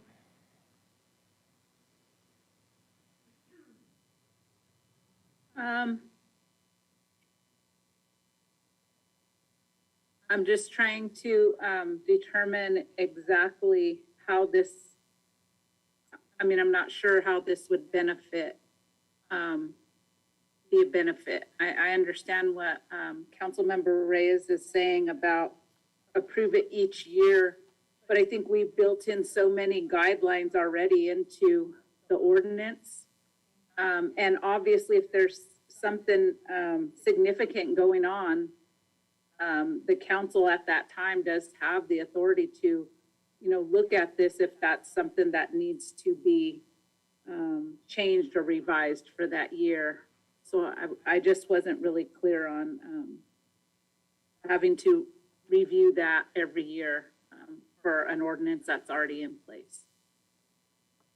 I want to thank you for your comments, and I have maybe just a general question to this regard.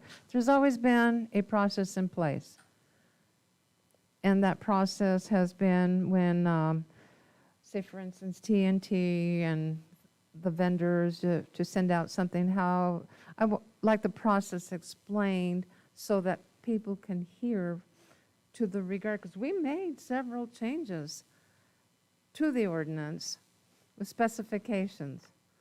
But when it's sent out, who initiates that? Yeah, as far as the initiation of the contact with the vendors, I don't know if the vendor contacts or where the contacts come from. I'd have to do some exploring on that, but I do know there's an application process with the fire department. If there's an excess number of applicants, it then goes to a lottery and there's a drawing. Currently, we've received all of our applications and we're awaiting to have our awarded contracts or awarded booths. Okay, thank you very much. Where is it that council wants to go with this? With which direction, which input?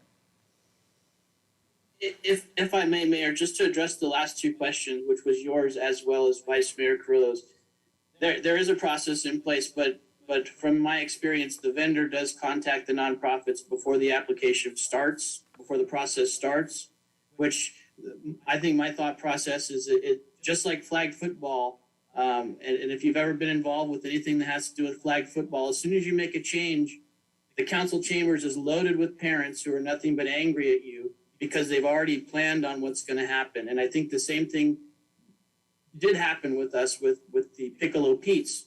That was a very difficult process to go through, and there was a lot of pressure from the vendors at that point. And so with that notification, giving the vendors the okay once we approve it, I think will stop the heartbreak of our nonprofits from having their budgets torn away by us, seemingly.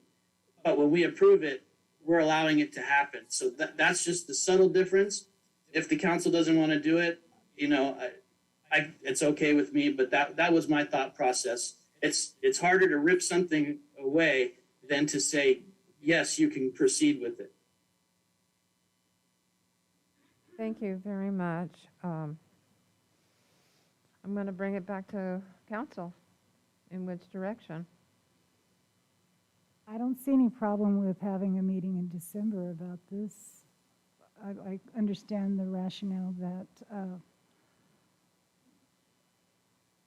City Council Reyes has made. Okay. Councilmember Stowe?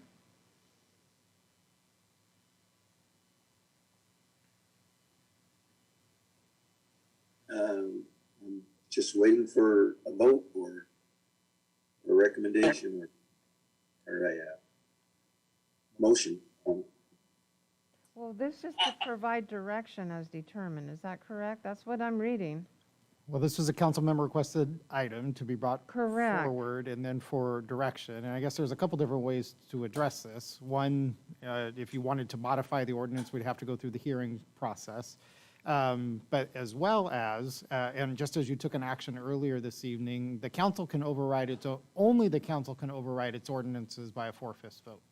So there are a number of ordinances that are established by I would say by 3/5, but to override it, as you did with overnight camping at the OHV park on an earlier item, you overrode your own ordinance that doesn't allow for sleeping in city parks. So I use that as an example, is that only the council can override its ordinances. Okay. And I'll opinion to Julia, I guess, or to David on that, but that's been my experience, that the council does have the authority to override its ordinances. If it wishes to modify it, it would go through the hearing process. Okay. I know that Vice Mayor Carrillo had comment. She started, but no? No comment? I didn't have any comments further.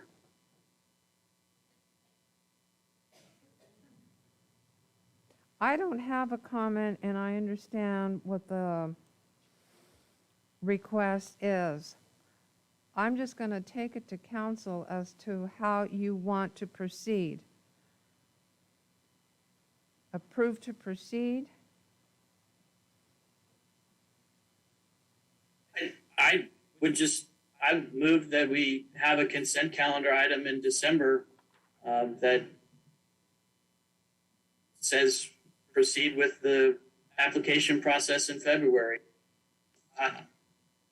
Whether it changes the ordinance or not, I'm not sure, but that would be my request and my motion.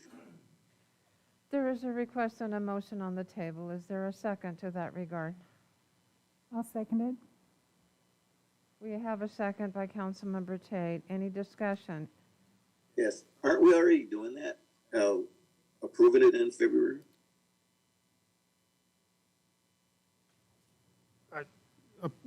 Is the council approving in February? I mean, yes, isn't there? No.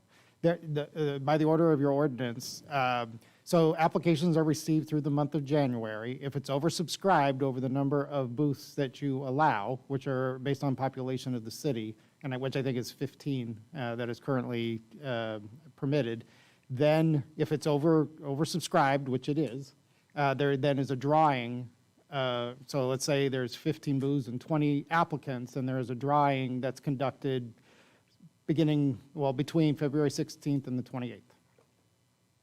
Okay, but. And then that, we do provide an informational report just to who's been selected, but the drawing determines which of the nonprofits have that booth. Okay, I understand that, but we are approving ahead of time that we're gonna have booths, isn't that correct? I think that's the thrust of the conversation, which is to talk about proceeding with that, right? Because right now, I would say it's like an operation of law. The ordinance just says that beginning in the month of January, the fire department shall accept applications for fireworks. There is no council approval for that, other than the council approved the ordinance. All right, I understand that. All right, we have a motion on the table. No further discussion. Call for the vote. Councilmember Tate? Aye. Councilmember Stowe?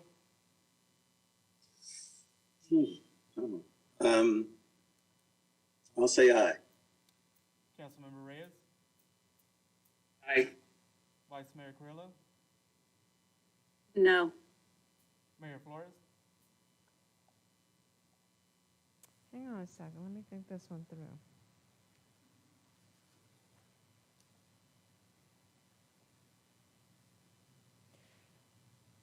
I'm going to go ahead on this one and say aye to this regard, and understanding once again that if it is brought back for further discussion and review, it would be item I put on the agenda once again, and it would be brought to council for a consensus. So we have a motion on the table, and it has passed unanimously with a 4-1.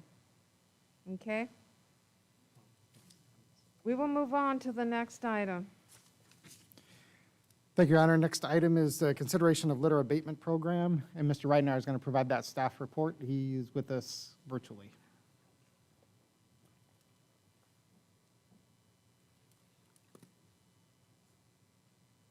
Thank you, Mr. Lawless. Honorable Mayor and City Council. The City of Porterville has been working with Tulare County Association of Governments, also known as TCAG, and Caltrans on beautification projects for the last 2 years. At its meeting on May 17th of 2021, TCAG Board of Directors authorized the Tulare County Transportation Authority, or known as TCTA, Measure R funds through a resolution for a 3-year litter abatement pilot program, also known as LAP, in the City of Porterville to service State Routes 190 as well as State Route 65 within city limits. Following that meeting, the City Council meeting on June 15th of 2021, City Council appropriated up to $50,000 in funding to develop a litter abatement program. The program is planned to be completed in partnerships with Caltrans District 6 as well as TCAG. Subsequently, staff reached out to local nonprofit agencies that have the capacity to operate a litter abatement program and provide employment opportunities for individuals experiencing homelessness. The proposed program includes 1 crew of 4 individuals and 1 supervisor, completing 2 cleaning cycles per month of State Route 65 and State Route 190 within the city limits, as well as on off-ramps and other transportation rights of way near the state route where litter accumulates. TCAG allocated funds specifically for Porterville State Route 190 and 65 corridor improvement component with Measure R funds. The Caltrans District 6 committed to matching local funds as well as utilizing the Clean California funds to support the program, allocating $80,000 for the Porterville Delegated Maintenance Agreement for 3 years. TCAG has committed $42,000 a year of Measure R TCTA funding annually. The TCAG board will consider an additional appropriation of $20,000 in Measure R funds to cover the estimated expenses of purchasing the required equipment for the first year of the program. This cross-jurisdictional approach brings a variety of funding sources, state, regional, and local, to address a litter problem that has been occurring over the different jurisdictions in the county and in Porterville as well as to provide employment to individuals experiencing homelessness. The use of Caltrans funds will be limited to state highways. Proposed funding for the litter abatement program is, as stated prior, with the first year being TCAG $62,000 with that additional $20,000, Caltrans at $80,000 and with the City of Porterville at $50,000. The subsequent 2 years would be similar, except it would reduce the TCAG funding to $42,000 a year. The program requires that the city enter into a delegated maintenance agreement with Caltrans for the ability to access the state funding as well perform the cleanup on state rights of way. Staff is requesting the City Council allocate up to $50,000 of Measure I funds annually for 3 years for the implementation of the litter abatement program and to approve the delegated maintenance agreement with Caltrans. Additionally, staff is requesting the City Council approve the draft agreement with a local nonprofit agency that can execute the program. Through outreach to the local nonprofit agencies, staff has identified community services and employment training, also known as CSET. CSET currently operates similar litter abatement programs within the county and can provide employment opportunity and training to individuals experiencing homelessness. The agreement will enable CSET to operate as the contractor for the litter abatement program for the city. CSET has noted that they have the capacity and experience to begin the project in a timely manner. Staff's recommendation, the City Council approve the State of California Department of Transportation Delegated Maintenance Agreement, approve the agreement with CSET for the execution of litter abatement program, authorize the mayor and city manager to execute all necessary documents, and appropriate up to $50,000 of Measure I funds per year for 3 years to support the litter abatement program. Staff is available for questions. Thank you very much for that report. I want to say personally on this one, there's been a lot of work in progress and a lot of conversations, having been a part of it with staff, with CSET, with Caltrans, and with TCAG. It's been a long time coming to see this request, but I'm going to give it to council, and I'm going to start with Council Member Tate. Do you have any comments? Just that I think that is something that we really need in this community is, when we grew up, if you dropped a piece of paper on Main Street, you were a litter bug, and there were fines for it. We actually had fines for that. There were signs along the highways reminding us not to litter. And so I don't know how we got away from that, but we did. So I think this is good because it kind of puts us back on track, and we need to take a little more pride in our community, and then we have to be responsible for the cleanup one way or the other. Thank you. Thank you very much. Councilmember Stowe? Your Honor, thank you. I too think this is a good program. It not only cleans up our community, but it gives a opportunity for the homeless to have some work and some money. And I think this is a great idea. You know, instead of just doling out the money and providing places for them free, we have an opportunity to work and earn their own money and get back in the job market. I'll say thank you to that comment. Councilmember Reyes. Thank you. I also agree. I think the community's been screaming for this type for cleanup events and things like this. So this really helps to create a scenario where it's a win-win all the way around. And I'm sure hopefully people will still have the initiative to clean up where they can. But this also this provides a method for it to benefit everyone. So thank you. Thank you. Councilmember Carrillo? Vice Mayor, I'll get used to it by the next meeting.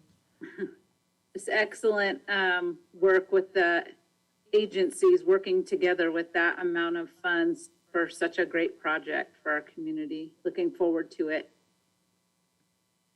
All right. I'm looking for a recommendation from council. I would like to approve or make a motion to approve the California Department of Transportation maintenance agreement. And we're taking it $50,000 from Measure I funding to do so. And to approve the agreement with CSAC. I'll second. For our portion, yes. Okay. Who in the second? I saw Councilmember me. Reyes.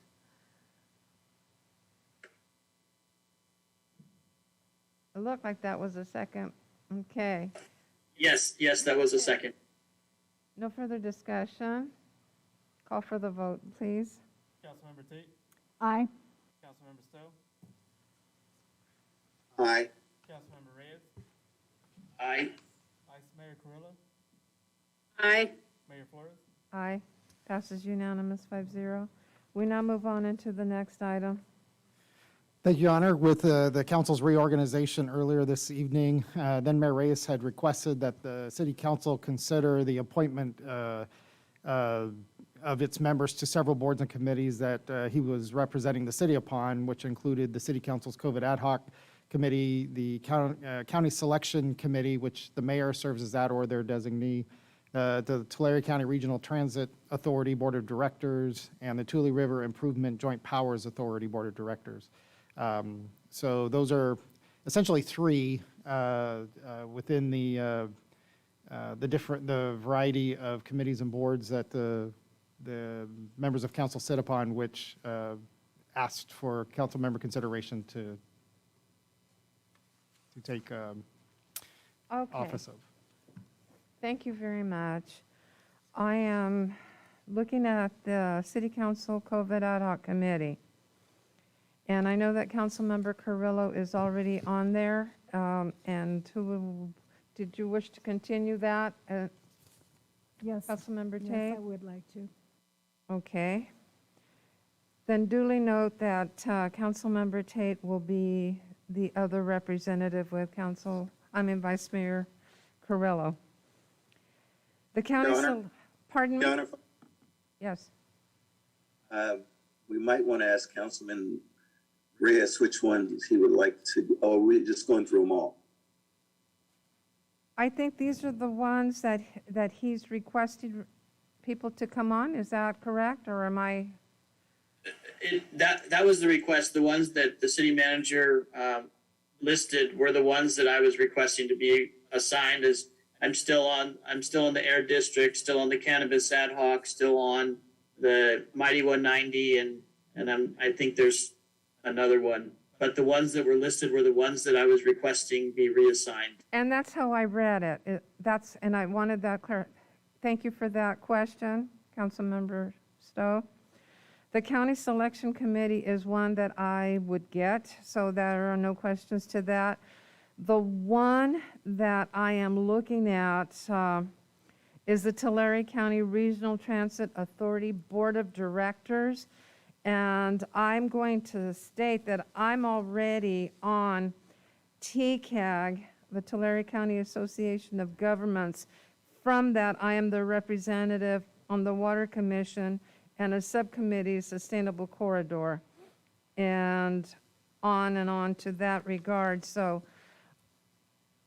the Tulare County Regional Authority, Councilmember Stowe, you are on there already. Would you like to be the lead person to that? I can. Okay. Would you like to then appoint an alternate to that?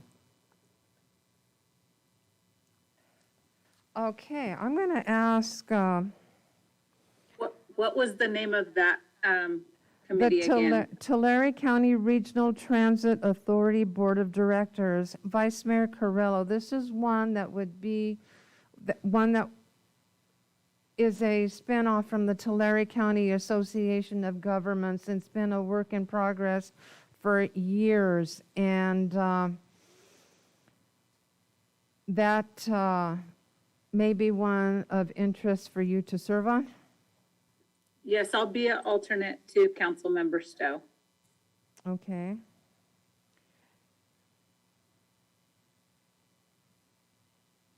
And the last one would be the Tule River Joint Powers Authority Board of Directors.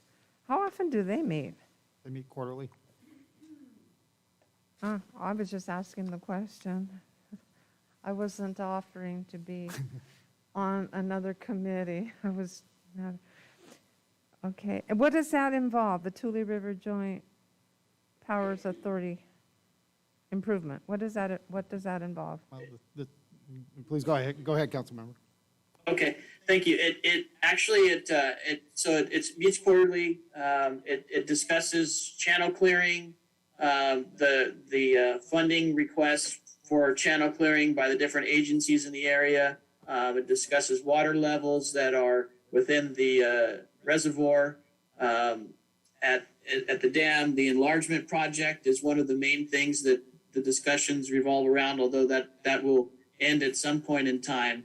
But those are the two things, and it does have to do with water, but it's mainly is concerned with the channel clearing maintenance, maintaining the funding to be able to do those things, as well as Success Reservoir, Schaefer Dam and the reservoir enlargement project, and managing the funds and the cooperative efforts between the federal agencies. You made that sound real intense that I was going to ask you if there was a parallel to, I know they're different. I know that they're different committees, but how does that, is there an alignment to the sustainability agency to that regard? There are some similarities, and I suppose that if I were asked to keep one of these, that would be the one to keep. It's just with some of these changes have to do with my scheduling and availability. I think this is a 9 o'clock meeting quarterly. Although Mr. Knight is in attendance and is generally the alternate, as he is with the GSA, and a very reliable alternate at that. I could hold on to it if somebody wasn't able to, but I thought that because of the opportunity to see and take part in the reservoir expansion project and learn a little bit more about the water in the area, it may benefit someone else, but I can understand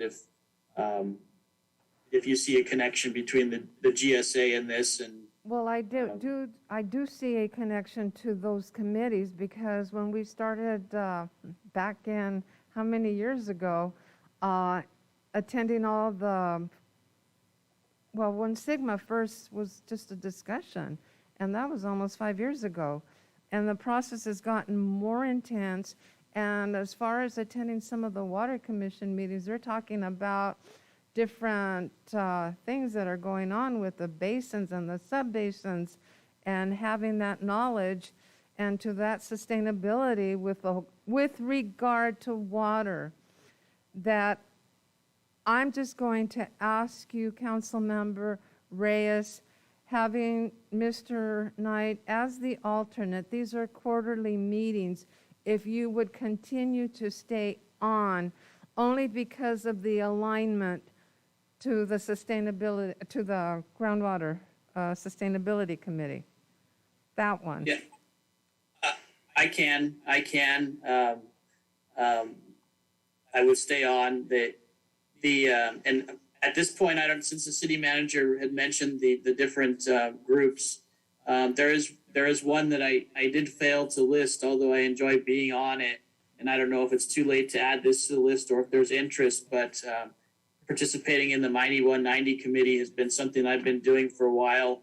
But I understand that there's no direct connection between any of the other committees that I have. So in that sense, if I'm allowed to make an addition of that, and if there's any interest of someone who, and that meets at noon monthly, I believe. City manager, I'm not sure if I'm out of line by creating an addition, but the purpose behind my request to reassign has to do with the availability of some timing that is unfortunately out of my control and my schedule. So I'm just trying to alleviate even as soon as I can some of my schedule. So that's what I respectfully request of the council to consider. I have a question for Councilmember Tate with regard to the Mighty 190. And I don't have a problem, since we are doing reorganization right now for the committees that Councilmember Reyes is requesting to have, that you can get studied on it, like tomorrow? Yeah, No. well, There's a meeting tomorrow. And this is why I'm bringing it to the table now, because you'll have to be a quick study to that regard, because there are some alignments on other committees that I serve on, and Mr. Reidenauer is a part of that discussion to have this. But that would be an educational process so that you'll understand the connectivity of the Mighty 190 into the tourism and the future discussions, especially out with the airport and other venues that are coming to the table. if you guys will orientate me real quickly this evening when we go, if we go back. No, we're not. Yeah, somebody Someone needs else to. Somebody I needs would, to. this is I would like to do it. Vice Mayor Carrillo. I'm interested in that committee as well. Oh, well, Mighty 190. yeah. Okay. Well, you could have two there. Just All can't have- right. Just can't have three. We can't have three, we can have two. All right, then I'm going to say this. We can go ahead and both council members, and if one can't make it, the other can. But go ahead and add Vice Mayor Carrillo to that. Sounds like a Thank you. good plan. Thank you. Okay, looks like we took care of it. And we'll get an updated list for these committees. Councilmember Reyes, thank you for all the time that you've had on these committees. And as I said, I'm appreciative to those that have stepped up to the plate. And it will be an educational process, which is worth it. Okay. Now we'll go on to the last item on the agenda. Thank you, Your Honor. Final scheduled matter this evening is a consideration of status and review of the proclamation of local emergency for COVID-19. The council, as it will recall, made its original declaration on March 17th, 2020. It last reviewed its local emergency and made continued findings at its meeting on February 1st, 2022. Provide you some statistics from the Tulare County website as of today. So, and this is numbers I'm going to give in relation to your meeting from 2 weeks ago. So, confirmed cases have increased almost 5,000 to 4,989 to a total of 94,172. In the 93257 area code, there has been an increase of 961 for a total of 20,391. Countywide deaths raised 36 at 1,276. Recoveries increased 13,917 to a total of 92,550. And active cases since 2 weeks ago decreased 8,964 for a total of countywide active cases of 5,335. In the 93257 area code reduced 1,780 to a total of active cases as of today of 1,295. Vaccines administered increased 5,764 for a total of 276,322. Hospitalizations countywide is 124, which is a reduction of 50. Sierra View is reporting today that there are 26 hospitalized, which is a reduction of 3 from 2 weeks ago. Of those hospitalized countywide, 121 are confirmed, which of the 26 at Sierra View, 23 are confirmed, which is a reduction of 3 from 2 weeks ago. And then of that 124 countywide, 3 are suspected, which is not a change countywide, which is the same number at Sierra View. ICUs, they're reporting countywide 16, which is a reduction of 4. Sierra View on its website this evening is showing all ICU beds full at 10, which is an increase of 3, but they don't differentiate if those are COVID-related or other medical. They don't differentiate if they're COVID or not. They just report that they have 10 ICU beds and they're all full. PDC remains in warm status. California Department of Public Health issued, as you're aware, back in December of 13th, 2021, made its requiring face coverings of all individuals, public indoors, both vaccinated and unvaccinated, until February 15th, which on February 7th, the California Department of Health requires face coverings for all unvaccinated individuals indoors effective February 16th, tomorrow. CDC continues to classify Tulare County as a high transmission county. Good news is that when you look at the daily transmission or new case rate, 2 weeks, it's reduced 126 per day from 2 weeks ago to right now, it's 68.8 per day and declining. The CDC classifies, just for looking at high transmission, if there are 100 cases per 100,000 over 7 days, just for reference on how they do that. Finally, in coordination with Sierra View Medical Center and Imperial Ambulance in the County of Tulare, a community roundup event is scheduled for this coming Thursday through Saturday, February 17th through 19th. A total of $1,477,000 in ARPA funds have been expended in support of those events. Anticipated that, depending on what previous experience have been, probably another $250,000 this next weekend. City unpaid utilities as of January 31st, the total rose $70,719. So as of January 31st, city unpaid utilities stand at $1,426,953, and that's within the water fund, $694,291, within the sewer fund, $389,803, within the refuse fund, $342,859, and that doesn't count late fees that have been waived by the council of $408,670. Previously reported that the city made application to the State Water Arrearage Payment Program for $1,047,000 and was awarded $324,000 in eligible claims.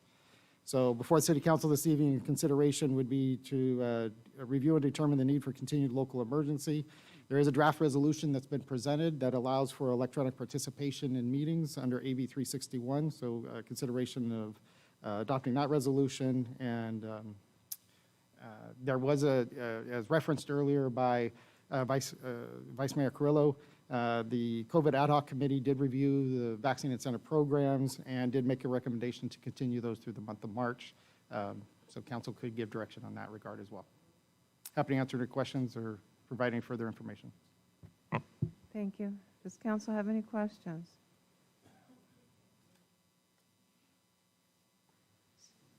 See that there are no questions. How does council wish to proceed?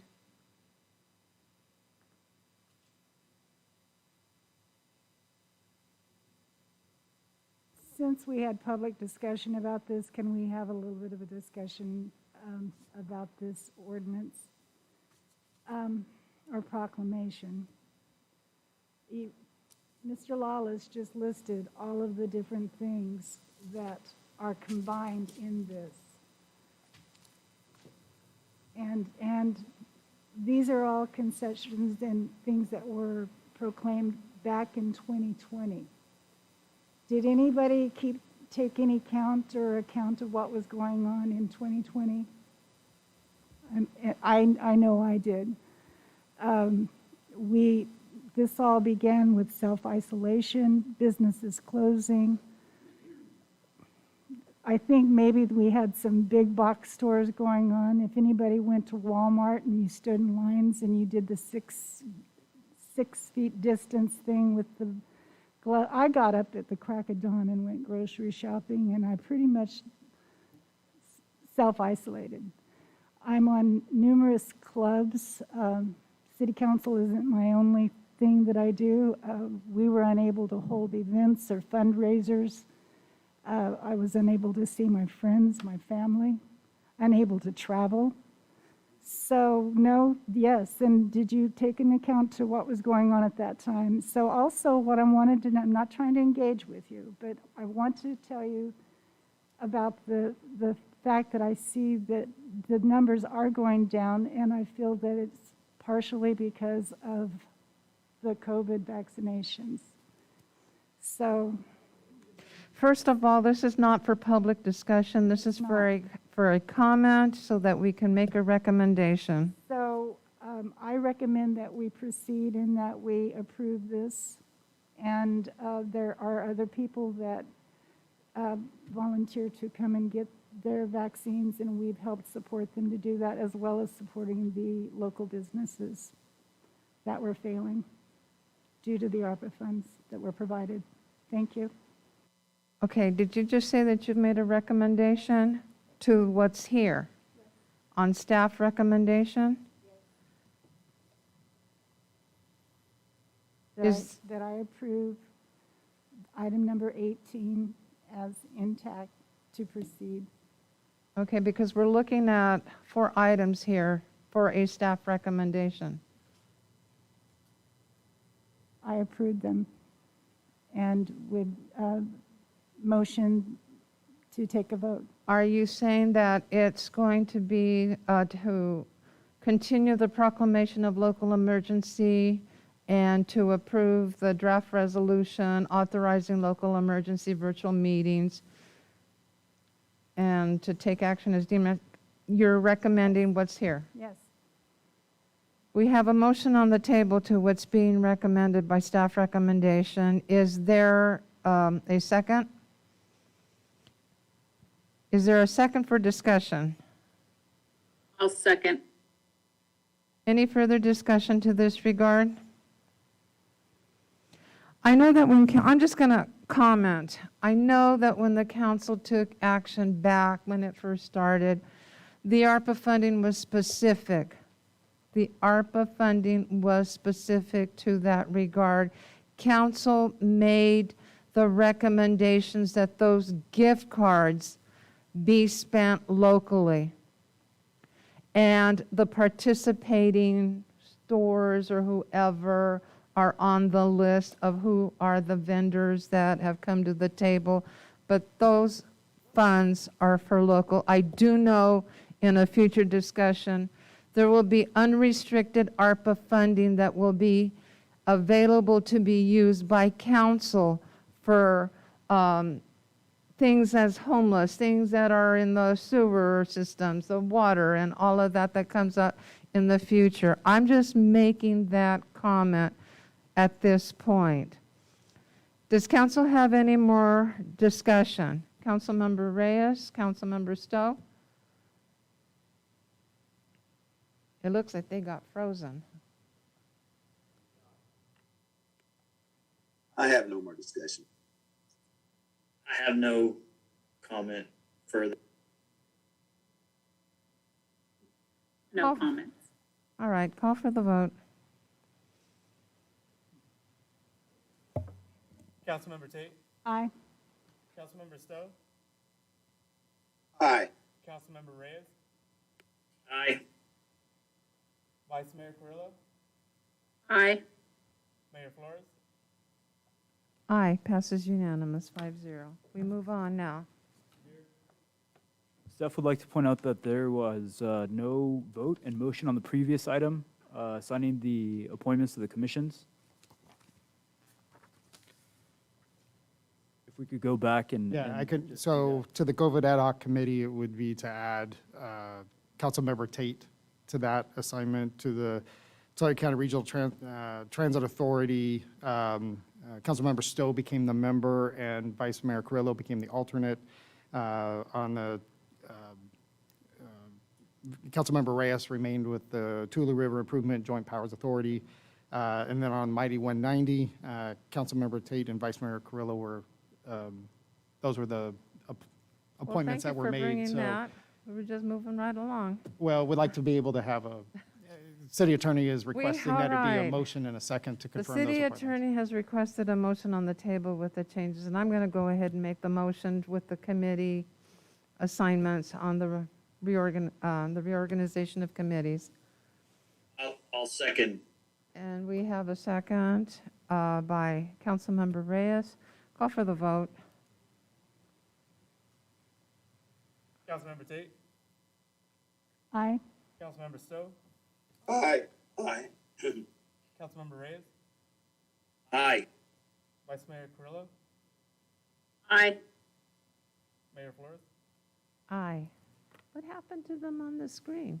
Your Honor, there's a technical error going on with the video portion of it. They're still on.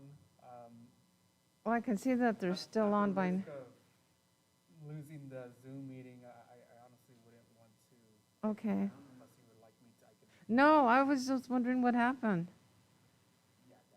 All right. Okay, that's all I need to know. We'll now move on to oral communications. Is there anyone that would like to come forward for oral communications?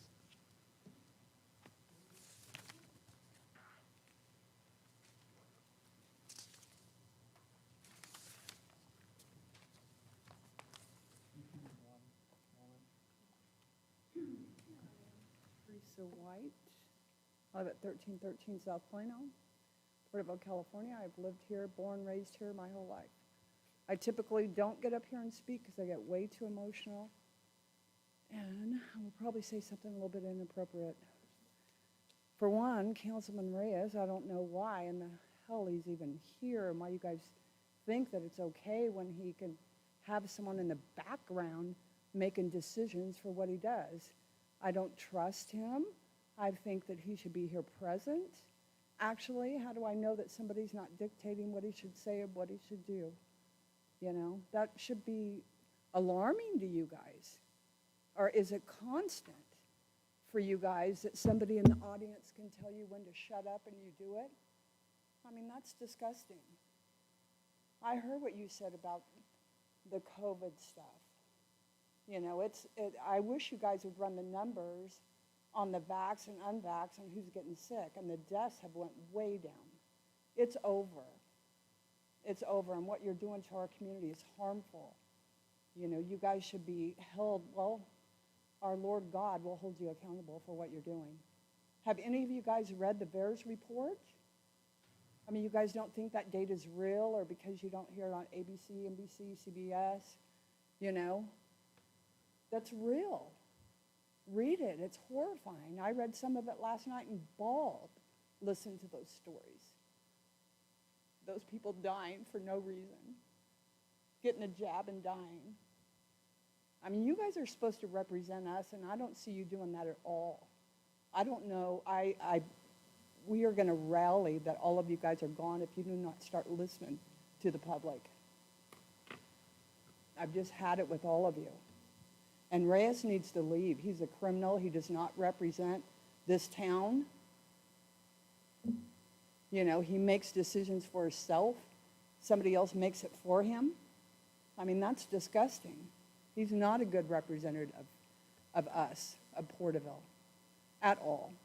And he should be here so we could see if somebody's monitoring what he's doing, how he's saying, and how he's voting, and what he could say. Somebody's back there probably holding up cards for him, you know, little earpiece in, or whatever he does.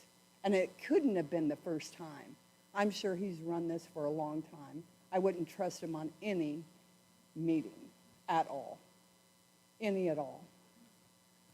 I also like to know, how do I know who's on the committees other than you guys on these other committees? So maybe you could answer that for me, or I could email you maybe, and you could tell me how I could find out who else is on these committees, these ad hoc committees, besides your guys.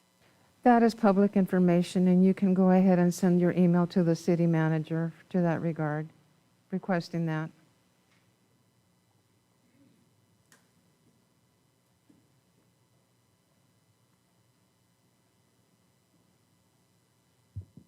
Greg Meister, my address has already been down. What you were talking about happened 2 years ago when you guys closed down small businesses, right?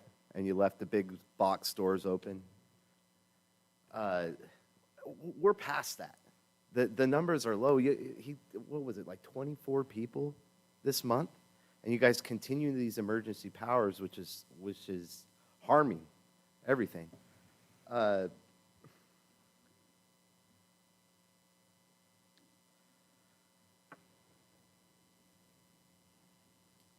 The VAERS numbers are real.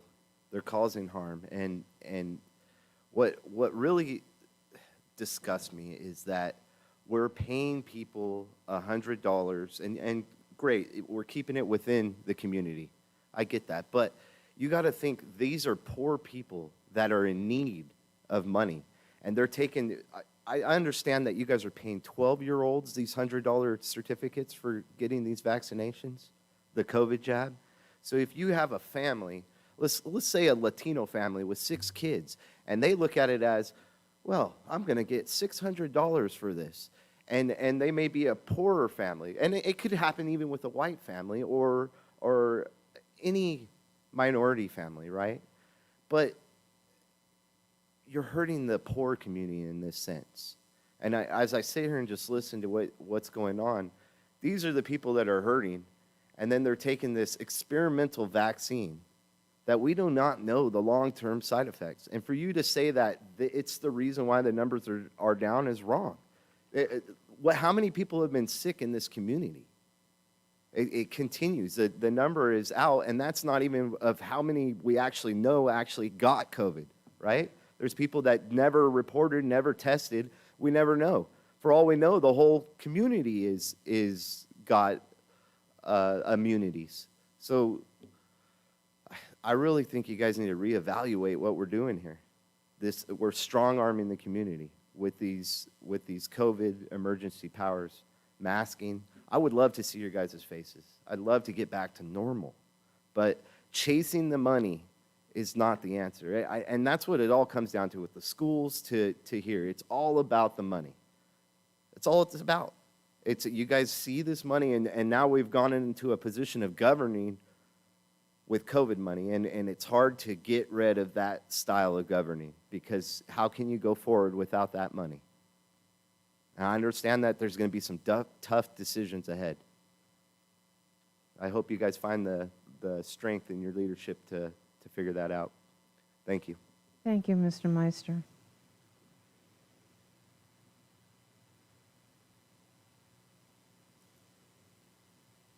Darren Garrett, I think I gave you my address already, so I just want to ask a point blank question. I mean, am I going to have to go through this appeals process? That we can't answer. That is a question that I am certain has been taken, and there will be a response to that. I'm looking at legal counsel to this. I mean, I've spent a lot of money and time and effort for 2.5 years. Being looked at again by staff and legal counsel, perhaps, that you're right, it's not a decision. It's not a decision or discussion we can have tonight. Okay, okay. Okay, but legal counsel is here, and that's why I broached the question and directed it to him. Okay, and just one other comment real quick, and you know, hey, everybody can do what they want, but you know, I'm here as living proof to say that I was fully vaccinated and I've had COVID 3 times. I raised 9 children in Porterville of my own. I got 1 at home. The other 9 are moved out and successful. She's 5 years old. I refused to give her a COVID shot. And I don't even know where I'm going to send her to school. So I built a 2,900 square foot building on my property and hired a private teacher to come and teach her with other little kids where they could be together and be normal. That's my comment on the COVID thing. To each his own. I mean, whatever you believe in is what you believe in. But like I said once before, how much time I got? Not very much. But, you know, I think as living here all of my life, when I came to the cannabis business, I had what was in good interest of the community. Our cannabis club was the only club in California that had a drug awareness program in the cannabis club. And where these people are coming from LA, and we're allowing them to set up shop on the corner of Morton and I think it's Morton in Maine, and 100 feet from the Believers Church.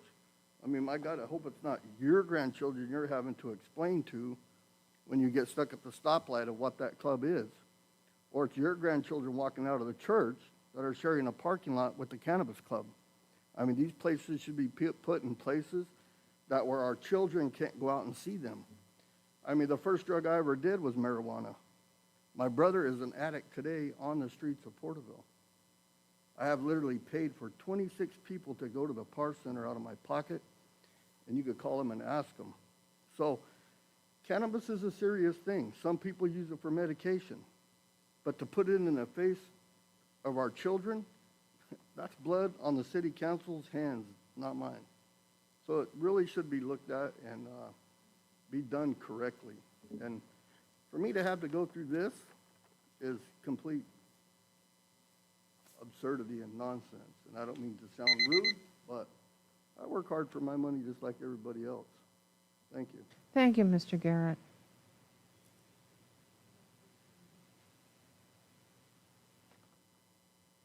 My name's Maria Marrero.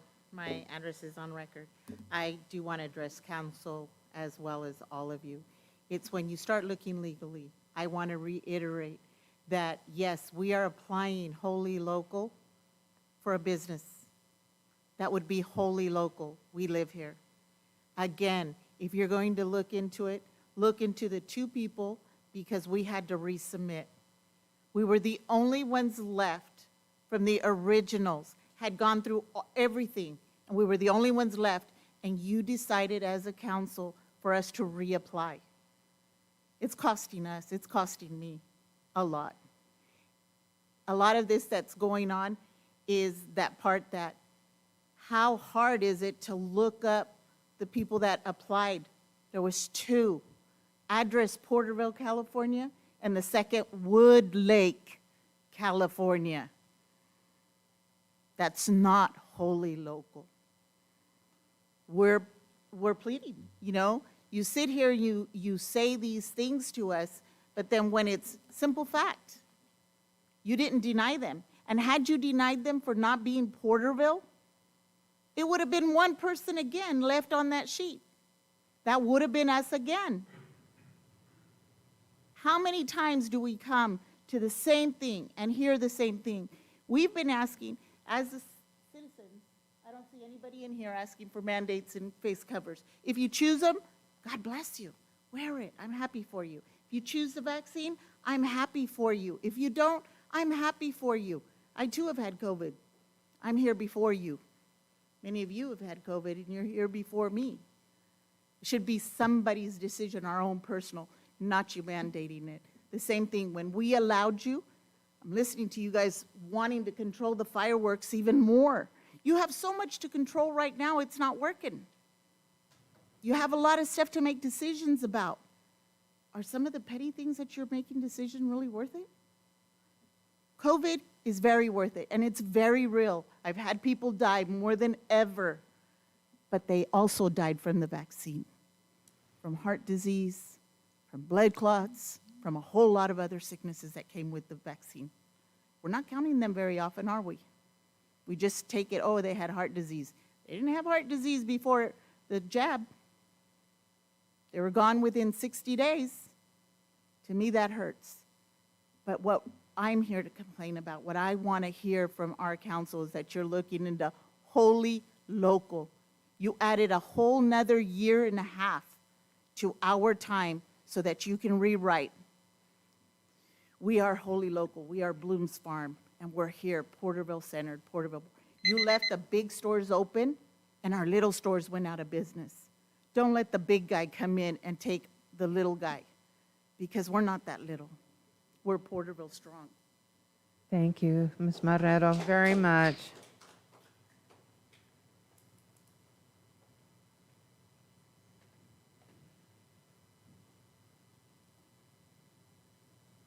This is the most I've ever spoken in one meeting. I want to go back to the fireworks. The problem in Porterville is not the legal fireworks. It's not Piccolo Pete's. It's the illegal fireworks that are set off every year, and there's no control over it. They don't stop them. It starts in June, before July 4th, and they're so loud and so powerful, they make my house and the windows shake. That's what you need to control, not safe and sane fireworks for little kids that enjoy them, or Piccolo Pete's that last a few seconds that might be loud. You need to control the illegal fireworks. That's what the problem has been all these years. And I live over on Danner, just off of North Main, and there are so many loud fireworks over there starting in May or June every year. That bothers me, not a Piccolo Pete. And about the COVID, tomorrow I'm going to my cousin's funeral in San Pedro, California. He was triple vaccinated, and he died from COVID. Vaccines don't work. I don't care what you say. I know personally they don't work, because you can get COVID over and over again and be triple vaccinated, and now they want to do 4 vaccinations. I won't take the 4th. If the first 3 didn't work, forget it. Thank you. Thank you very much.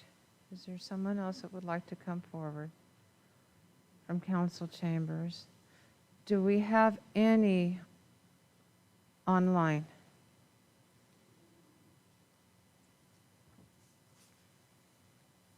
No, Your Honor. See that there are no other oral communications. We will now go into other matters. I'm going to begin with Council Member Stowe.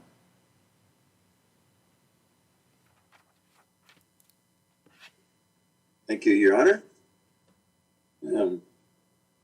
First of all, congratulations to Mayor Flores and Vice Mayor Carrillo on your positions, and thank you, ladies, for stepping up in your leadership. I appreciate it very much. And I was just listening to some of the audience, and one gentleman, just absolutely proved my point about Canister Distribution Center in Porterville. We shouldn't have it. He just said that he started that way, his brother started that way, so we shouldn't have had it at all. I've been voting against it the entire time, and I will still vote against it. But I just wanted to bring that out and let you know. Thank you. Thank you very much. Councilmember Reyes. Thank you, Mayor. Again, congratulations, Mayor Flores and Vice Mayor Carrillo. Thank you for stepping into those positions, and also for the committee assignments. I think the choices that were made tonight, couldn't ask for better choices. And I think that Porterville is well represented on all those committees. And then it's a great team that's able to kind of spread the valued committees and boards throughout. And there's always something to learn out there, and including during oral communications. It's the one thing that I'm grateful for, and I thank God for, is that it takes all kinds to make the world go round. So thank you. Thank you very much. Councilmember Tate.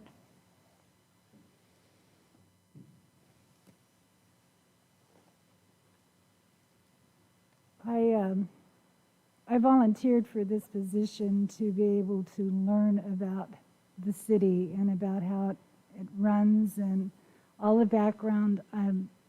I'd like to thank the management for preparing all of the documentation. Each time we have a meeting, there are, for everything on this agenda, there are supporting documents that we have to review. Some of them very extensive. It takes a whole lot of time to try to understand what we're actually looking at that's on these agendas to be able to discuss it. And we try to be as open as we possibly can with the public. I'm hoping that we can somehow or another make you realize as the public that we are trying the best we can to be transparent. I know you don't see it that way, but it's the way it is.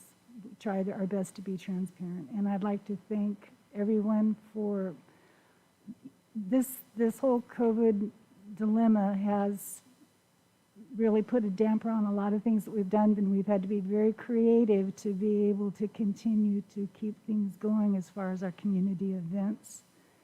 And now we see that a lot of the numbers, because it's all been based on the amount of cases that are documented. And so there's been math involved. And so I'm happy that we can get back to community events. And I appreciate the firefighters, the police, and all the leadership.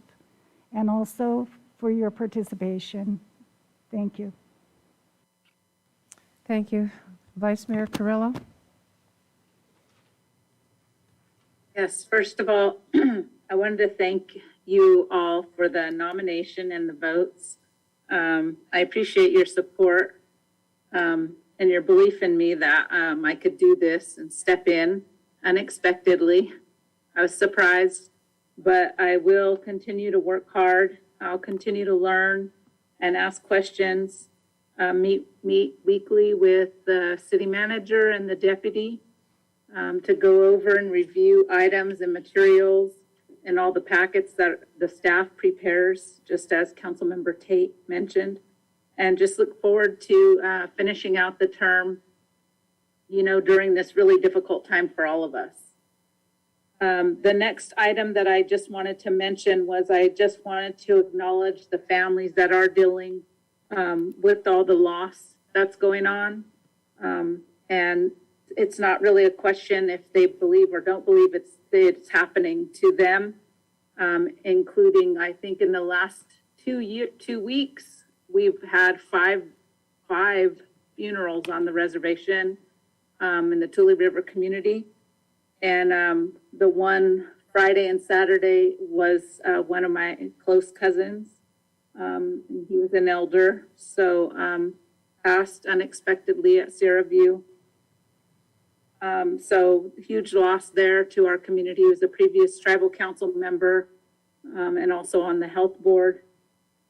So we're still experiencing a lot of loss there, as well as in the Porterville city, friends and family.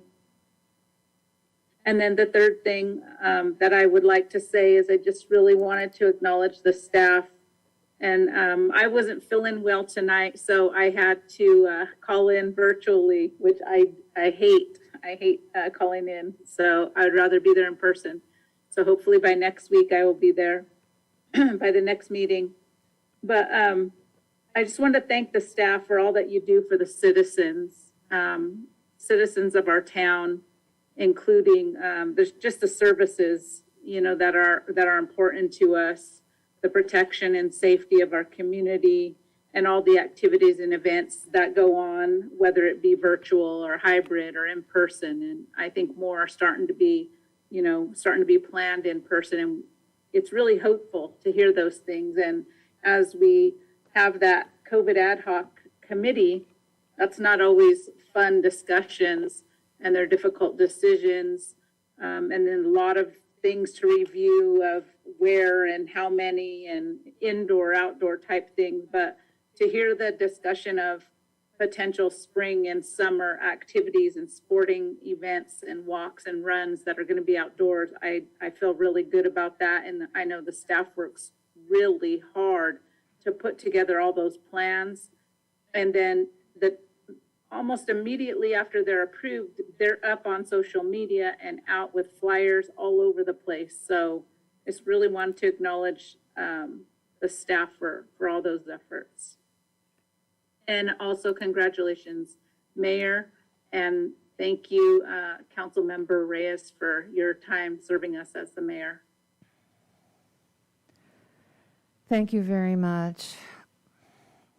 I want to thank the council members on the dais for their continued support. We have a lot of projects that we need to move forward as far as the economic development with the library. That has, when I mention library tonight, I'm really sensitive. Porterville came together the evening of the library fire when we lost the 2 firefighters. That was a tragic loss for this city. And to be standing there and to witness as the fire was going on and to watch the staff and the firefighters going to work will always remain with me. Most of you know that it's difficult for me to even talk about it. To see it happen that evening and to go the next day while they were still searching, that is beyond words, that no one can explain unless you were physically there. I have a hard time bringing it forward, but we were one. For 2 weeks, we grieved and we mourned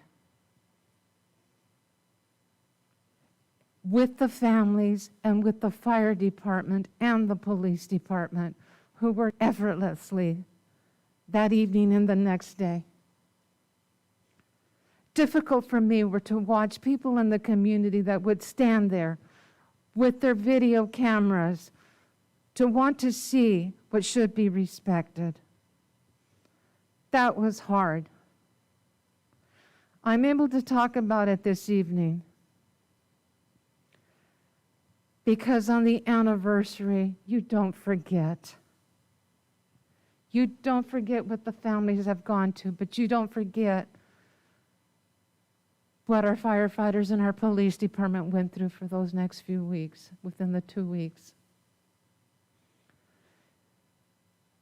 That is all I'm going to say to that. Regardless of everything that is coming together out in the community, that is a memory that will remain in several of our hearts for many years.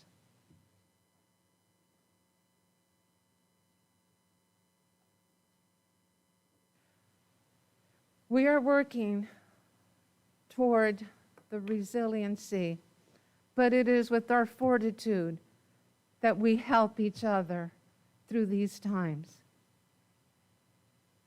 And moving in a different direction on another positive note, as we're being invited to events in the community. Westfield School has invited me to read Across America with Dr. Seuss on March the 2nd, which I have accepted. Tipton students are doing interviews, and I was invited to do an interview with the 7th grade students on March the 4th. I announce every time I have the information that the Exchange Club is having their public safety recognition dinner to honor law enforcement and firefighters on March the 9th. And you can purchase tickets. I sold my table. But you can purchase tickets from any Exchange Club member to that regard.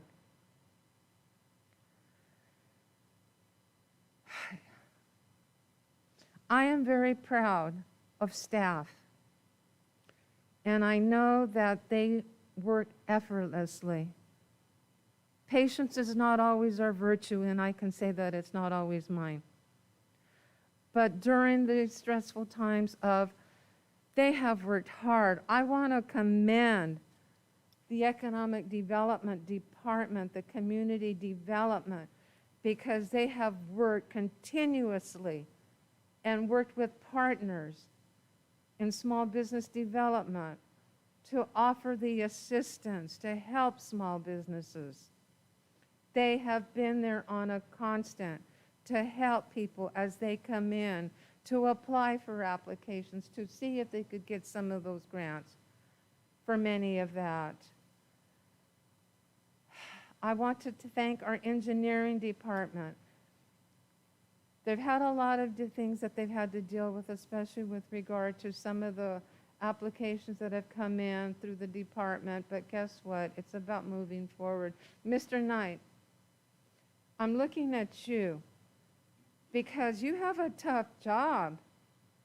And I say that everyone does, but your department keeps the water and the sewer and the roads and everything, that you get all those complaints to that regard. But it's not you alone, it's your staff that has to do that. I'm looking at fire department and police department. Thank you. There are no words, especially during this time. And both of you know how sensitive things can get. You have worked effortlessly. Just today you were on a tough call, especially the police department. I want to thank you for that. I'm looking at Patrice. She steps up to the plate many times. And you have no idea that your work doesn't go unnoticed. This young man that sits in front of me, he's something else. He's always there to step up to the plate to help anybody that calls, and so does Terry, who works in the office. They will take your calls. They will help you. They will direct you. And they will provide you with the information that is deemed necessary. Legal counsel, tonight we have a young man that is here helping us out. And thank you for being here this evening. Because you notice we do need your assistance. And thank you for calling us out when we have to bring it back. Mr. Lawless, I'm going to say, beyond words, you know that it's about fortitude and resiliency and how we continue to move forward, and I'm going to give it to you. Obviously a solemn week, and I just want to express my appreciation to Acting Fire Chief Cogburn as to what a great leader he's been unexpectedly. And I wish I could spend more time in talking with him, and talking, you know, as not having had the experience, certainly in the fire service, but not in the administration of it, and now going to be going through his first budget cycle.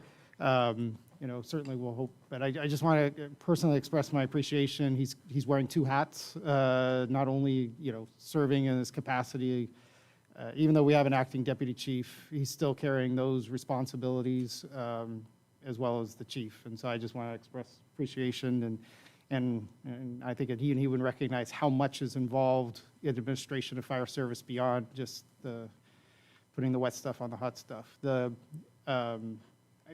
but your comments were great, Mayor. You know, when I drove in today and had a chance to talk to a couple of the firefighters, they had their hats on backwards, and they felt like they needed to explain that to me. And I said, you don't have to explain that to me. I know that. And I asked, what is sharpening your axes? Because that's the other part of the legacy, if I can call it that. So, you know, if you see the fire wearing their hats backwards this week, there's a reason for that, because that's what Firefighter Jones did. Kind of, but it's a tribute to him, and they'll also be sharpening their axes in tribute to Captain Figueroa. And then while we've been here, the police department has handled a very difficult situation with a domestic violence suspect who barricaded himself, and I'm glad to be able to say that they were able to negotiate his surrender, and what was a very difficult situation was handled very well. So just want to, you know, while we've been sitting in this meeting, that's all transpired. So I just want to express my appreciation to them and the work that they do every day. And you know, when you talked about Mr. Knight, if you go look at the flagpole that has been dedicated by the Figueroa and Jones families, Public Works did all the concrete work for that and the support stuff. So just did a fantastic job, and they did it with wanting to do it. You know, they were on scene that evening and wanted to be able to contribute in any small way they could to the honor of them. So thank you, Mr. Knight and your crews. Thank you very much. As I said, it's been a tough week for all of us. And it is 9:52. No further. We will adjourn the meeting. Thank you very much.